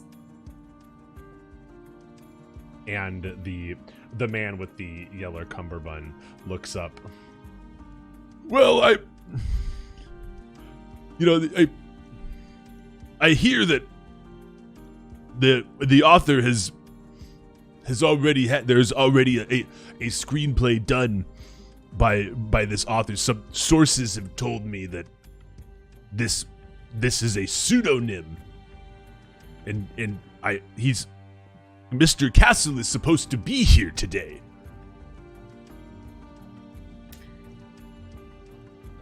Yes. Well, he's not here yet. Unfortunately, I'm sure. Were you planning on presenting him with your ideas? Oh, we are more presenting him with the an offer that he cannot refuse. Is that so? What could that possibly be? Oh, we could never divulge that to anybody except for Richard himself. This is very big business. Oh, well, I have absolutely no head for business. I'm sure whatever you have planned will absolutely do the trick. I'm just curious. Bats eyelashes fondly at this man. And I think at that point, Olver, you are walking by and you kind of like get a whiff of this conversation, and Doyle and Vader, if you guys had come up the stairs, you guys are starting to hear this from the library, as the man with the purple cummerbund just looks up. Yes, have you read these works? Oh, I've read a couple of them. I think I read the Dark Storm one. Yes, that was the one that involved a hurricane, correct? Or was that just Shot in the Dark? Oh, I get them all confused. So many words. Can we say that Olver like walks up and picks up one of the books and kind of like gives it a nod and like, you know, and is like very obviously like listening to this conversation in full. What I'm going for here, by the way, is like Olver is very experienced at people pretending to be something they're not, because he is somebody who pretends to be something he's not. And so like I'm, you know, just kind of like looking at it and listening to the conversation, just listening to it play. I'll interject, but yeah, I mean, you've also spent like 2.5 minutes with Ernestine, and she's definitely not, I would say, playing the cards that you've seen her deal. Yeah.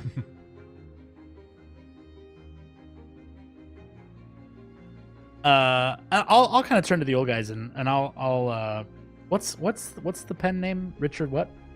Castle. For some reason I was gonna say Lockhart, and I was like, I don't think that's the right series. But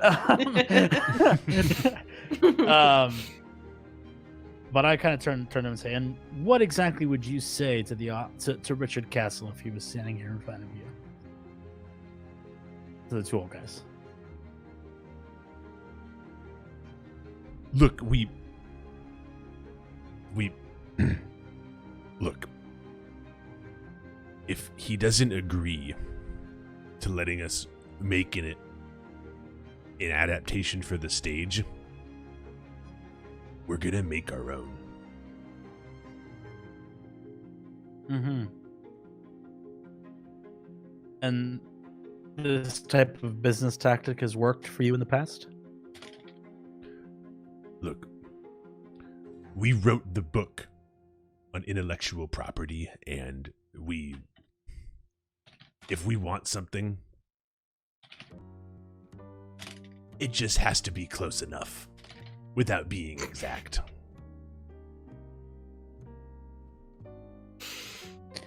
Olver turns to look at Ernestine and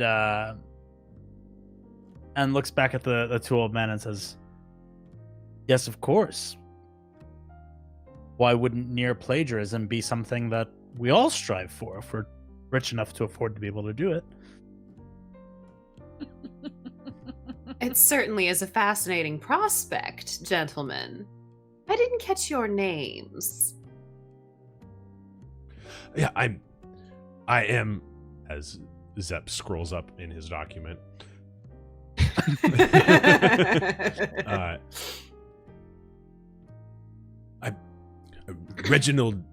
Reginald Fairbrand, and I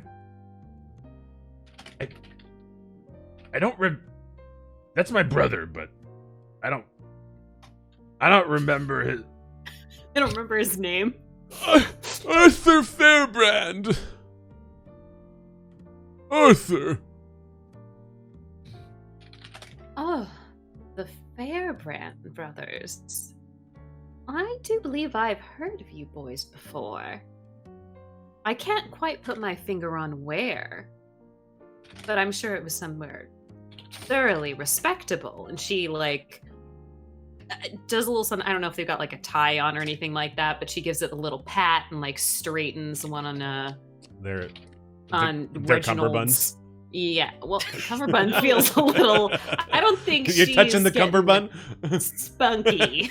Yeah, they definitely have some like frilly thing going on here. Yeah, for sure. she just Like a yeah, exactly. Is that right? A frock? Or, no, an ascot. ascot. Yes, But like or more a frilly. jabot. A cravat, that one. No, a jabot. That's the one Oh. that has the panel with the lace on the sides. Yeah, that one. That's what I said. they got some floofy shit on. Fancy and- bibs. Fancy bibs. Yeah, Ernestine gives one, I guess on Reginald, I think, a little straighten, and then she's like, oh, and like gives him a little what would typically be a pat on the cheek, but she gives him a good like slap.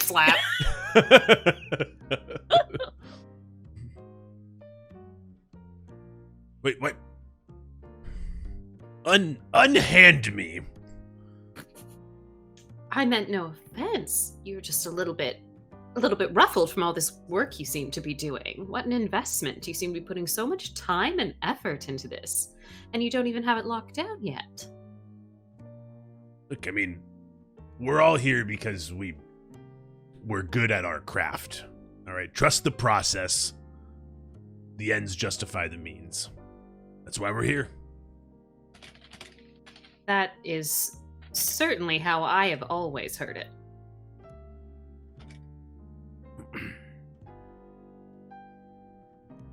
Look, what brings you here? Like, I've spilled my life to you. Your whole life, really? Yeah, my life's work, how we make money. But who are you? Oh, you can call me Ernestine, and she offers her hand very delicately. With the very serious implication that she needs to have like a ring kissed or something like that. I'm just a friend of the family. Yeah, and he like gives you the like the like handshake deal, but like his hand is like weird. It's like clammy. It doesn't feel good. Like nothing about this dude, like it's scummy. You know what I mean? Yeah, no doubt.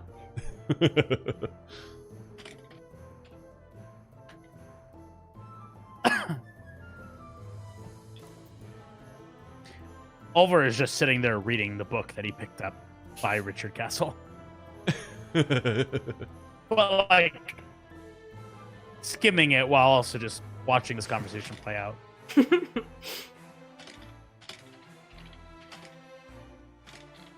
Yeah, and as Vader and Doyle, were you coming in here as well? I would probably just peek my head in and see that group of people and be thoroughly uninterested, and then continue about my ways. I would like to climb up higher and see what other rooms might have. And honestly, if I could bump into Entrar, that would be dope. I think that's like who I have in the back of my mind, who I'd like to see before dinner. But Totally. or at least poke around in maybe some of his official spaces. Yeah, absolutely. And as kind of before you all kind of disperse, and Vader, were you kind of over by the library as well, right? Alandra, the player, wants to have overheard some of this conversation, but realistically, he wasn't headed that way. So what I'm going to say is that, again, because he's got that keen mind where he, like, retains information, I'm going to say that he walked by and heard a mention of one of the Richard Castle books and did that fun thing that he does where he just kind of lurked in the hallway and, like, listened to the latter half of that conversation, but did not insert himself into it. If that is okay with you. That is absolutely fine. Then I'm going to need Doyle, Olver, and Ernestine to make a perception check. As one or more of you will probably notice something right now. Okay, so let's all say we got nat ones. You don't need me okay. to make the check? I didn't. Since you are not looking in the library, this check Got is not available to you. No, I was just clarifying since Doyle also did not go in the library, so I was just. But he had his head in the I'm door. tracking. Yeah. Just checking. You said perception? Yes, please. That is a non-natural 20 for me. I got a 23. I got a natural Ooh. 20. Wait, Ernestine got a But it was a 23? 24. Yes. Holy fuck. Okay, let's get some crits in the chat for Olver's nat 20. Yeah, so Olver, you guys all see this, but Olver sees it first. Is that you see that inside of Reginald Fairbrand's pocket, there is this like faint red glow that is emanating out of it as he's talking. And Olver, you see this before Ernestine and Doyle do. A faint red glow as he's talking. Mm-hmm. Out of Like that's like his pocket is like It's his coin. pulsing, Yeah. pulsing red. Yes. I'm just debating about how risky I want to get. I think the first thing I do is like make eye contact with Ernestine.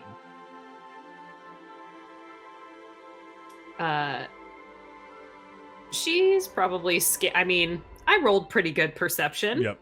I probably noticed that I have eyes upon me. Mm-hmm. Absolutely. And look up at Olver.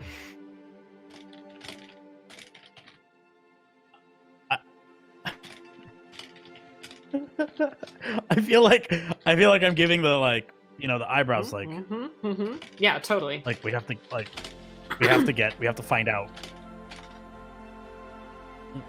what he's done or what he's how he got his to light up.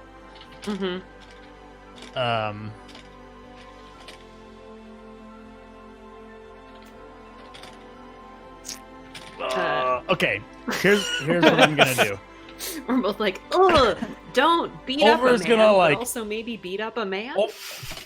Olver is gonna get up very abruptly and look around and say, gentlemen, and he will slam the book on the desk and say, I notice that we are lacking of drinks if we'll be talking business.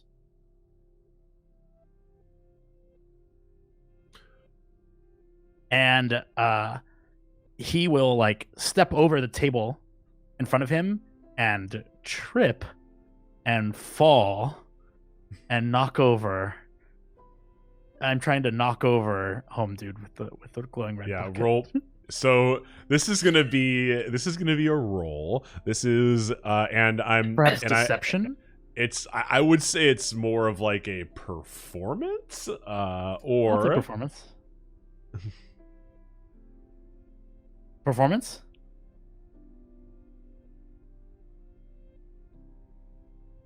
Man of the you do theater. I'm like, performance? I've got a thing for that. I'm just excited by the grin. Hey, so yeah, you want to do performance? Yeah. If you're not going to give me deception, then yes, absolutely performance. Nah, I don't think that this is a deception. Ah, fuck, an 8. Okay. Yeah, tell me how Ernestine is going to be helping this, and then I will grant you advantage over. I would love to attempt to charm person. Let me see. I've got. How many people can I do this upon? Is the question. More at higher levels, so. Yes, I want to double check when that kicks in because I think I'm good to go. It should be fine for you at your level I think 3. I get. So I should be able to get 2. So I want to get both Tweedledee and Tweedledum.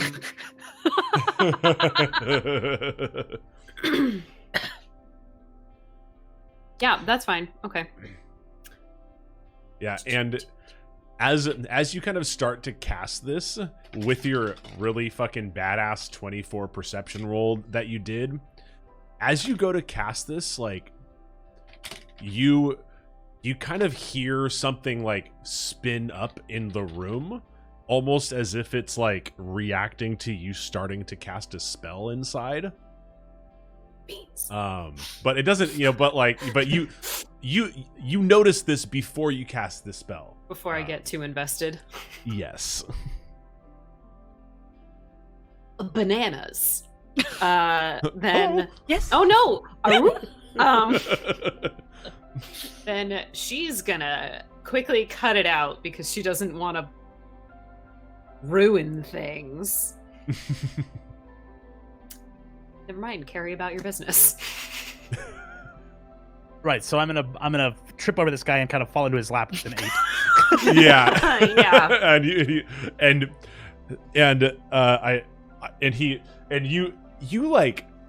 You fall into this guy, dude. This dude is frail. Roll like, roll Is me he like a already- fucking like D12 of damage. Yeah, like roll. Yeah, sitting attack. Got it. Yeah, like roll me like Sit a and like be a dead. D4 or something. Yeah. Olver used body slam. It's super effective. Effective. Oh, you're just I rolled a beating 1. up- I rolled a 1. I rolled a 1. beating up old men who did nothing to you, who are just corrupt and power hungry individuals. That's what they did. I mean, the last time we beat up someone who did nothing to us, they turned out to be the bad guys, so we were fine. That's how this game works. Damn it, they've caught on to me. I rolled a 1. I'll say We solved the murder, guys. I'll say if you It's did kill him, over. it would make this game real fast. The murder is done. Got him. Double murder. And yeah, and you kind of just like fall on. He like manages to like move away, but you like crunch his arm, and you like hear just like as like joints are bending. You don't think anything broke, but he's just like, what are you doing? You'll have to excuse me. I was just trying to. I was gonna go get us some drinks. I obviously tripped here on this Richard Castle literature. My apologies.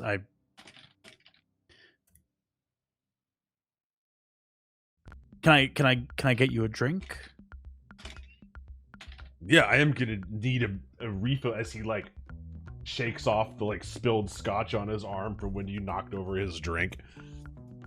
Yeah, I mean it's the least you can do. Like, did any get on the books? No, sir. Okay. We need those. He takes their glasses and looks towards Ernestine and goes, Miss Carroll, perhaps a red wine? That would be delightful.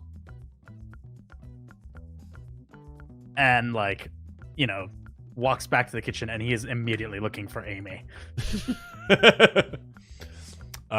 Amy is not to be found, but I mean you hear noise from the kitchen. Ernestine, what are you up to as Olver walks out? Well, Same. yeah. I guess Ernestine is going to what's the other one doing? Are they both in a tizzy, or is just the one in a tizzy? So Reginald is the one who is like wiping off, he took damage. He got assaulted by he is wiping off his arm, and Arthur is like kind of like almost, it was almost like he like wasn't even paying attention to Reginald as that happened. He's got his head back in one of the books. It is definitely darker than night. Cool. She is going to help Reginald clean off, quote unquote, but she is really going to do a sleight of hand to see if she can get anything out of his pickpockets. Great. Yeah. Why don't you roll me a sleight of hand?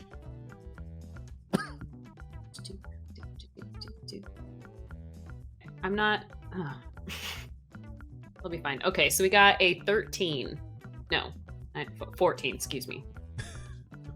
Yeah, and as you kind of like reach over and you manage to like get your hand on something silver, and you pull out this coin that has one of the quadrants filled, and as you do that, you like didn't get like the proper like finger grab to like cleanly pull it out. He definitely feels you like take the coin out of his pocket, but you have it in your hand, and he's just like looks over and is just like, "What? Why would? What is this? What are you doing? What? Why would you take the? I need that." What? Oh, I'm so sorry. I was just I'm so you're just so covered. I just wanted to help here. And she does a little prestidigitate on him, like, oh, there, it's all a little better, right? Did prestidigitate, by the way, trigger anything? Because she will go through with that one.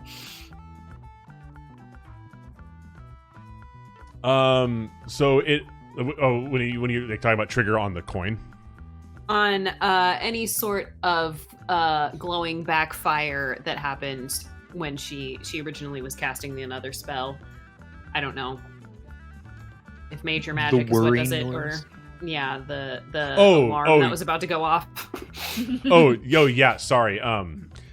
Yeah, so when you do when you start casting prestidigitation, you do like feel that whir start to spin up again. But if you are you gonna go carry out the spell?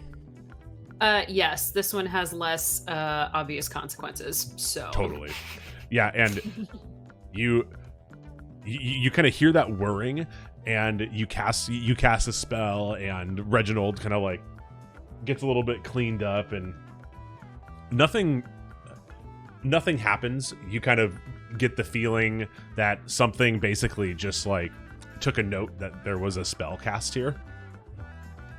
Okay.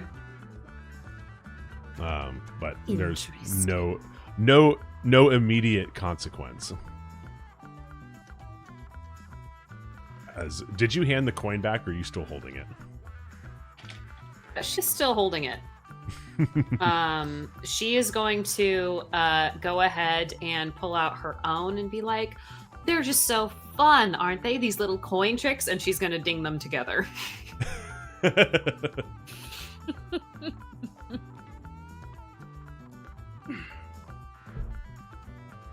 Interesting. Okay. No. No. It's good for you. Don't worry. I don't know. You sound happy also. I'm happy all the time. And he wants us to succeed. That's his job. That's literally my job, is to make sure that you're having fun. I just don't like that he's looking at notes that are in a different place from his other notes. I don't that's like where anything his dice that's happening are. It's now. fine. He's just looking at the number 1,000 times. Yeah. The number 100, because Ernestine just solved the crime. Clearly. And coin did it. Yep. Yeah. We're all gonna die. It was the coins. Yeah, and as you clink these two coins together, something incredibly interesting happens. As soon as you touch the coin, you hear just this ringing note, and everybody can hear this. It is very loud. Doyle, Vader, Olver, you guys can all hear this perfect C natural tuning fork. If I had one, it would sound like that, except not like I just hit a mic stand with a pencil, but a tuning fork. I'll foley it in later. It's fine. Thank you. I can sorry. hold on 1 second. You need a C note? Ready?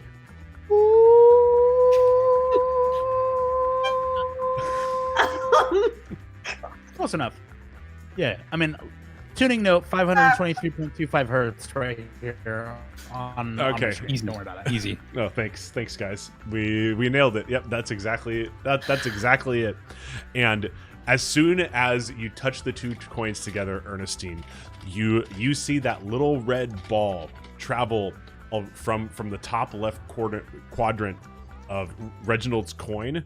You see it travel, and then it bridges the gap between both of your coins, and it now is sitting in the top left quadrant of your coin. I stole a quadrant? Hell yeah. And as that happens, let's head to Vader. Vader's standing casually in the hallway outside the library, listening to this entire thing. For about a moment, when he kind of heard the kerfuffle of Olver like tripping and the like, "What are you doing?" and he almost ran in because, you know, being a cleric, he does have that concern for like bodily well-being, but thought better of it, decided to continue in his like eavesdropping lurk, because if there's one thing he knows being a knowledge cleric, it's that you get your best information when nobody knows you're listening. So he's just been eavesdropping on this entire conversation. And if anybody exits the library, he's not necessarily making any attempt to hide. So if anybody walks by or if anybody exits the library, they might notice him standing there. But he's just casually listening. That's all he's doing. And I know that's so helpful to you. Oh, that's everything is helpful and amazing as far as I go. I don't need you guys to do anything in order to advance the story. You know what I mean? I'll just make that shit happen. I got it all in front of me. It's because I know you're trying to kill me, so I'm making it as hard as possible by doing nothing. Roll a Constitution saving throw. You're dead. Damn it! Doyle, as you kind of like walk by the library, you definitely saw all of the events that happened between Olver, Reginald, and Ernestine take place. Dogburn. How fucking dare you sub for tier 1 for 23 months? It's only 23 months to celebrate when we hit 2 years. Stop reading this, damn it. I will not. You did, because you got to the end. Exclamation mark, exclamation mark, exclamation mark. There we go. Nailed it. Nailed it. Dude, thank you for subbing for 23 months, Dogburn. I fucking love you, man. And yeah. So I saw all of it. Oh yeah. Cool.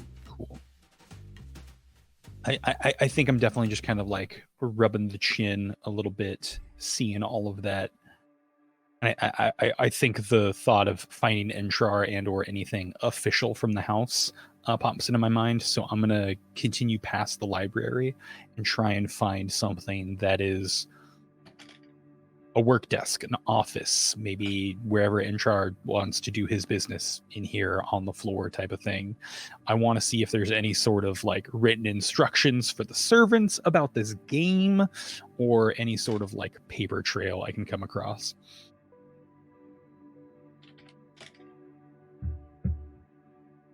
Yeah, so as you get up the stairs, you see just these. Let me pull up my little napkin map here so I can actually accurately describe this, because this floor is the most complicated. Get a box, and then there's another box, and there's a hallway, and then another box. I mean, that's what it looks like, but I'm going to give you a little flair. Thank you. So as you walk up the steps of the grand staircase, the massive oil paintings on the wall come to an end as the staircase finally ends, and you crest up onto the 3rd level. There is a large hallway off to your left, and on the far left side, it is lined with just doors to small rooms. They look like guest rooms. They each have a little name tag on them. There are 1, 2, 3, 4. There are 5 rooms down the left side, and at the end, past that 5th room, there is a small staircase that leads upwards. And off on the right side, there are 6 more of these small bedrooms. And then at the end of the hallway, there is kind of like a larger door that just has the word Silvershield on it. And it is closed. And it looks like some type, could be master bedroom, could be an office. But that's where that is. And off on the right side, probably second room on the right, you see Charleston is on the door. I'm gonna go ahead and push open the door that has my name on it. Absolutely. So your bedroom has a simple small 4-poster bed, a wardrobe, chest of drawers, and a lamp next to the bed. The floor is covered with a circular rug with intricate multicolored woven patterns. It's about 15 to 20 feet square. I'm just gonna like walk in and go ahead and put like my travel bag on the bed. I'm just gonna like rustle up the blankets just so it's like not a completely tidy and made bed. Put my bag right there at the edge, and I'm gonna take the time to cast Snare right in front of the bed. So if anyone tries to come in and grab this bag, they will be tied up to the ceiling. That sounds fun. And I will do this with the door closed. Of course. Just saying it. But yes, I will take kind of the rope out of my travel bag. I'll leave my travel bag there that doesn't really have anything important. Tie up the rope, cast the spell. It takes a minute. And then anyone who tries to go this way, if they don't see it and trigger the trap, I can send you the description of it, but yeah, the creature must succeed on a dex saving throw or be magically hoisted into the air, leaving it hanging upside down 3 feet above the ground or the floor. Cool. Yeah, we can get that later. But yeah, that will last for the next 8 hours. Perfect. And then I will leave my room. I will leave my door slightly cracked. I will double check I have my coin on me, and then I'm going to head down to the end of the hallway and knock on the Silvershield door. Cool. And as you like get your hand up and start knocking on the door, the camera like slowly does like this pan out from Doyle knocking on the door, and it cruises over to Vader, who is just like looking around the second floor area, and then the camera pans then moves over to the library door, and this is all in like one shot. That cool like thing is they like dolly it down the stairs, and it goes to Olver walking out of the library, and then it quickly like pans over to see Ernestine like hold up this coin that has just been the light has just been stolen from Reginald's coin, and she's like has this like weird look of surprise on her face. And then the camera pans back to the kitchen, where you just hear this crash of a serving platter hit the floor and the piercing shriek of a woman. And that's where we're going to end the episode tonight. Wow. There it is. That was unexpected. Wow. Oh, thank you guys for sticking with us.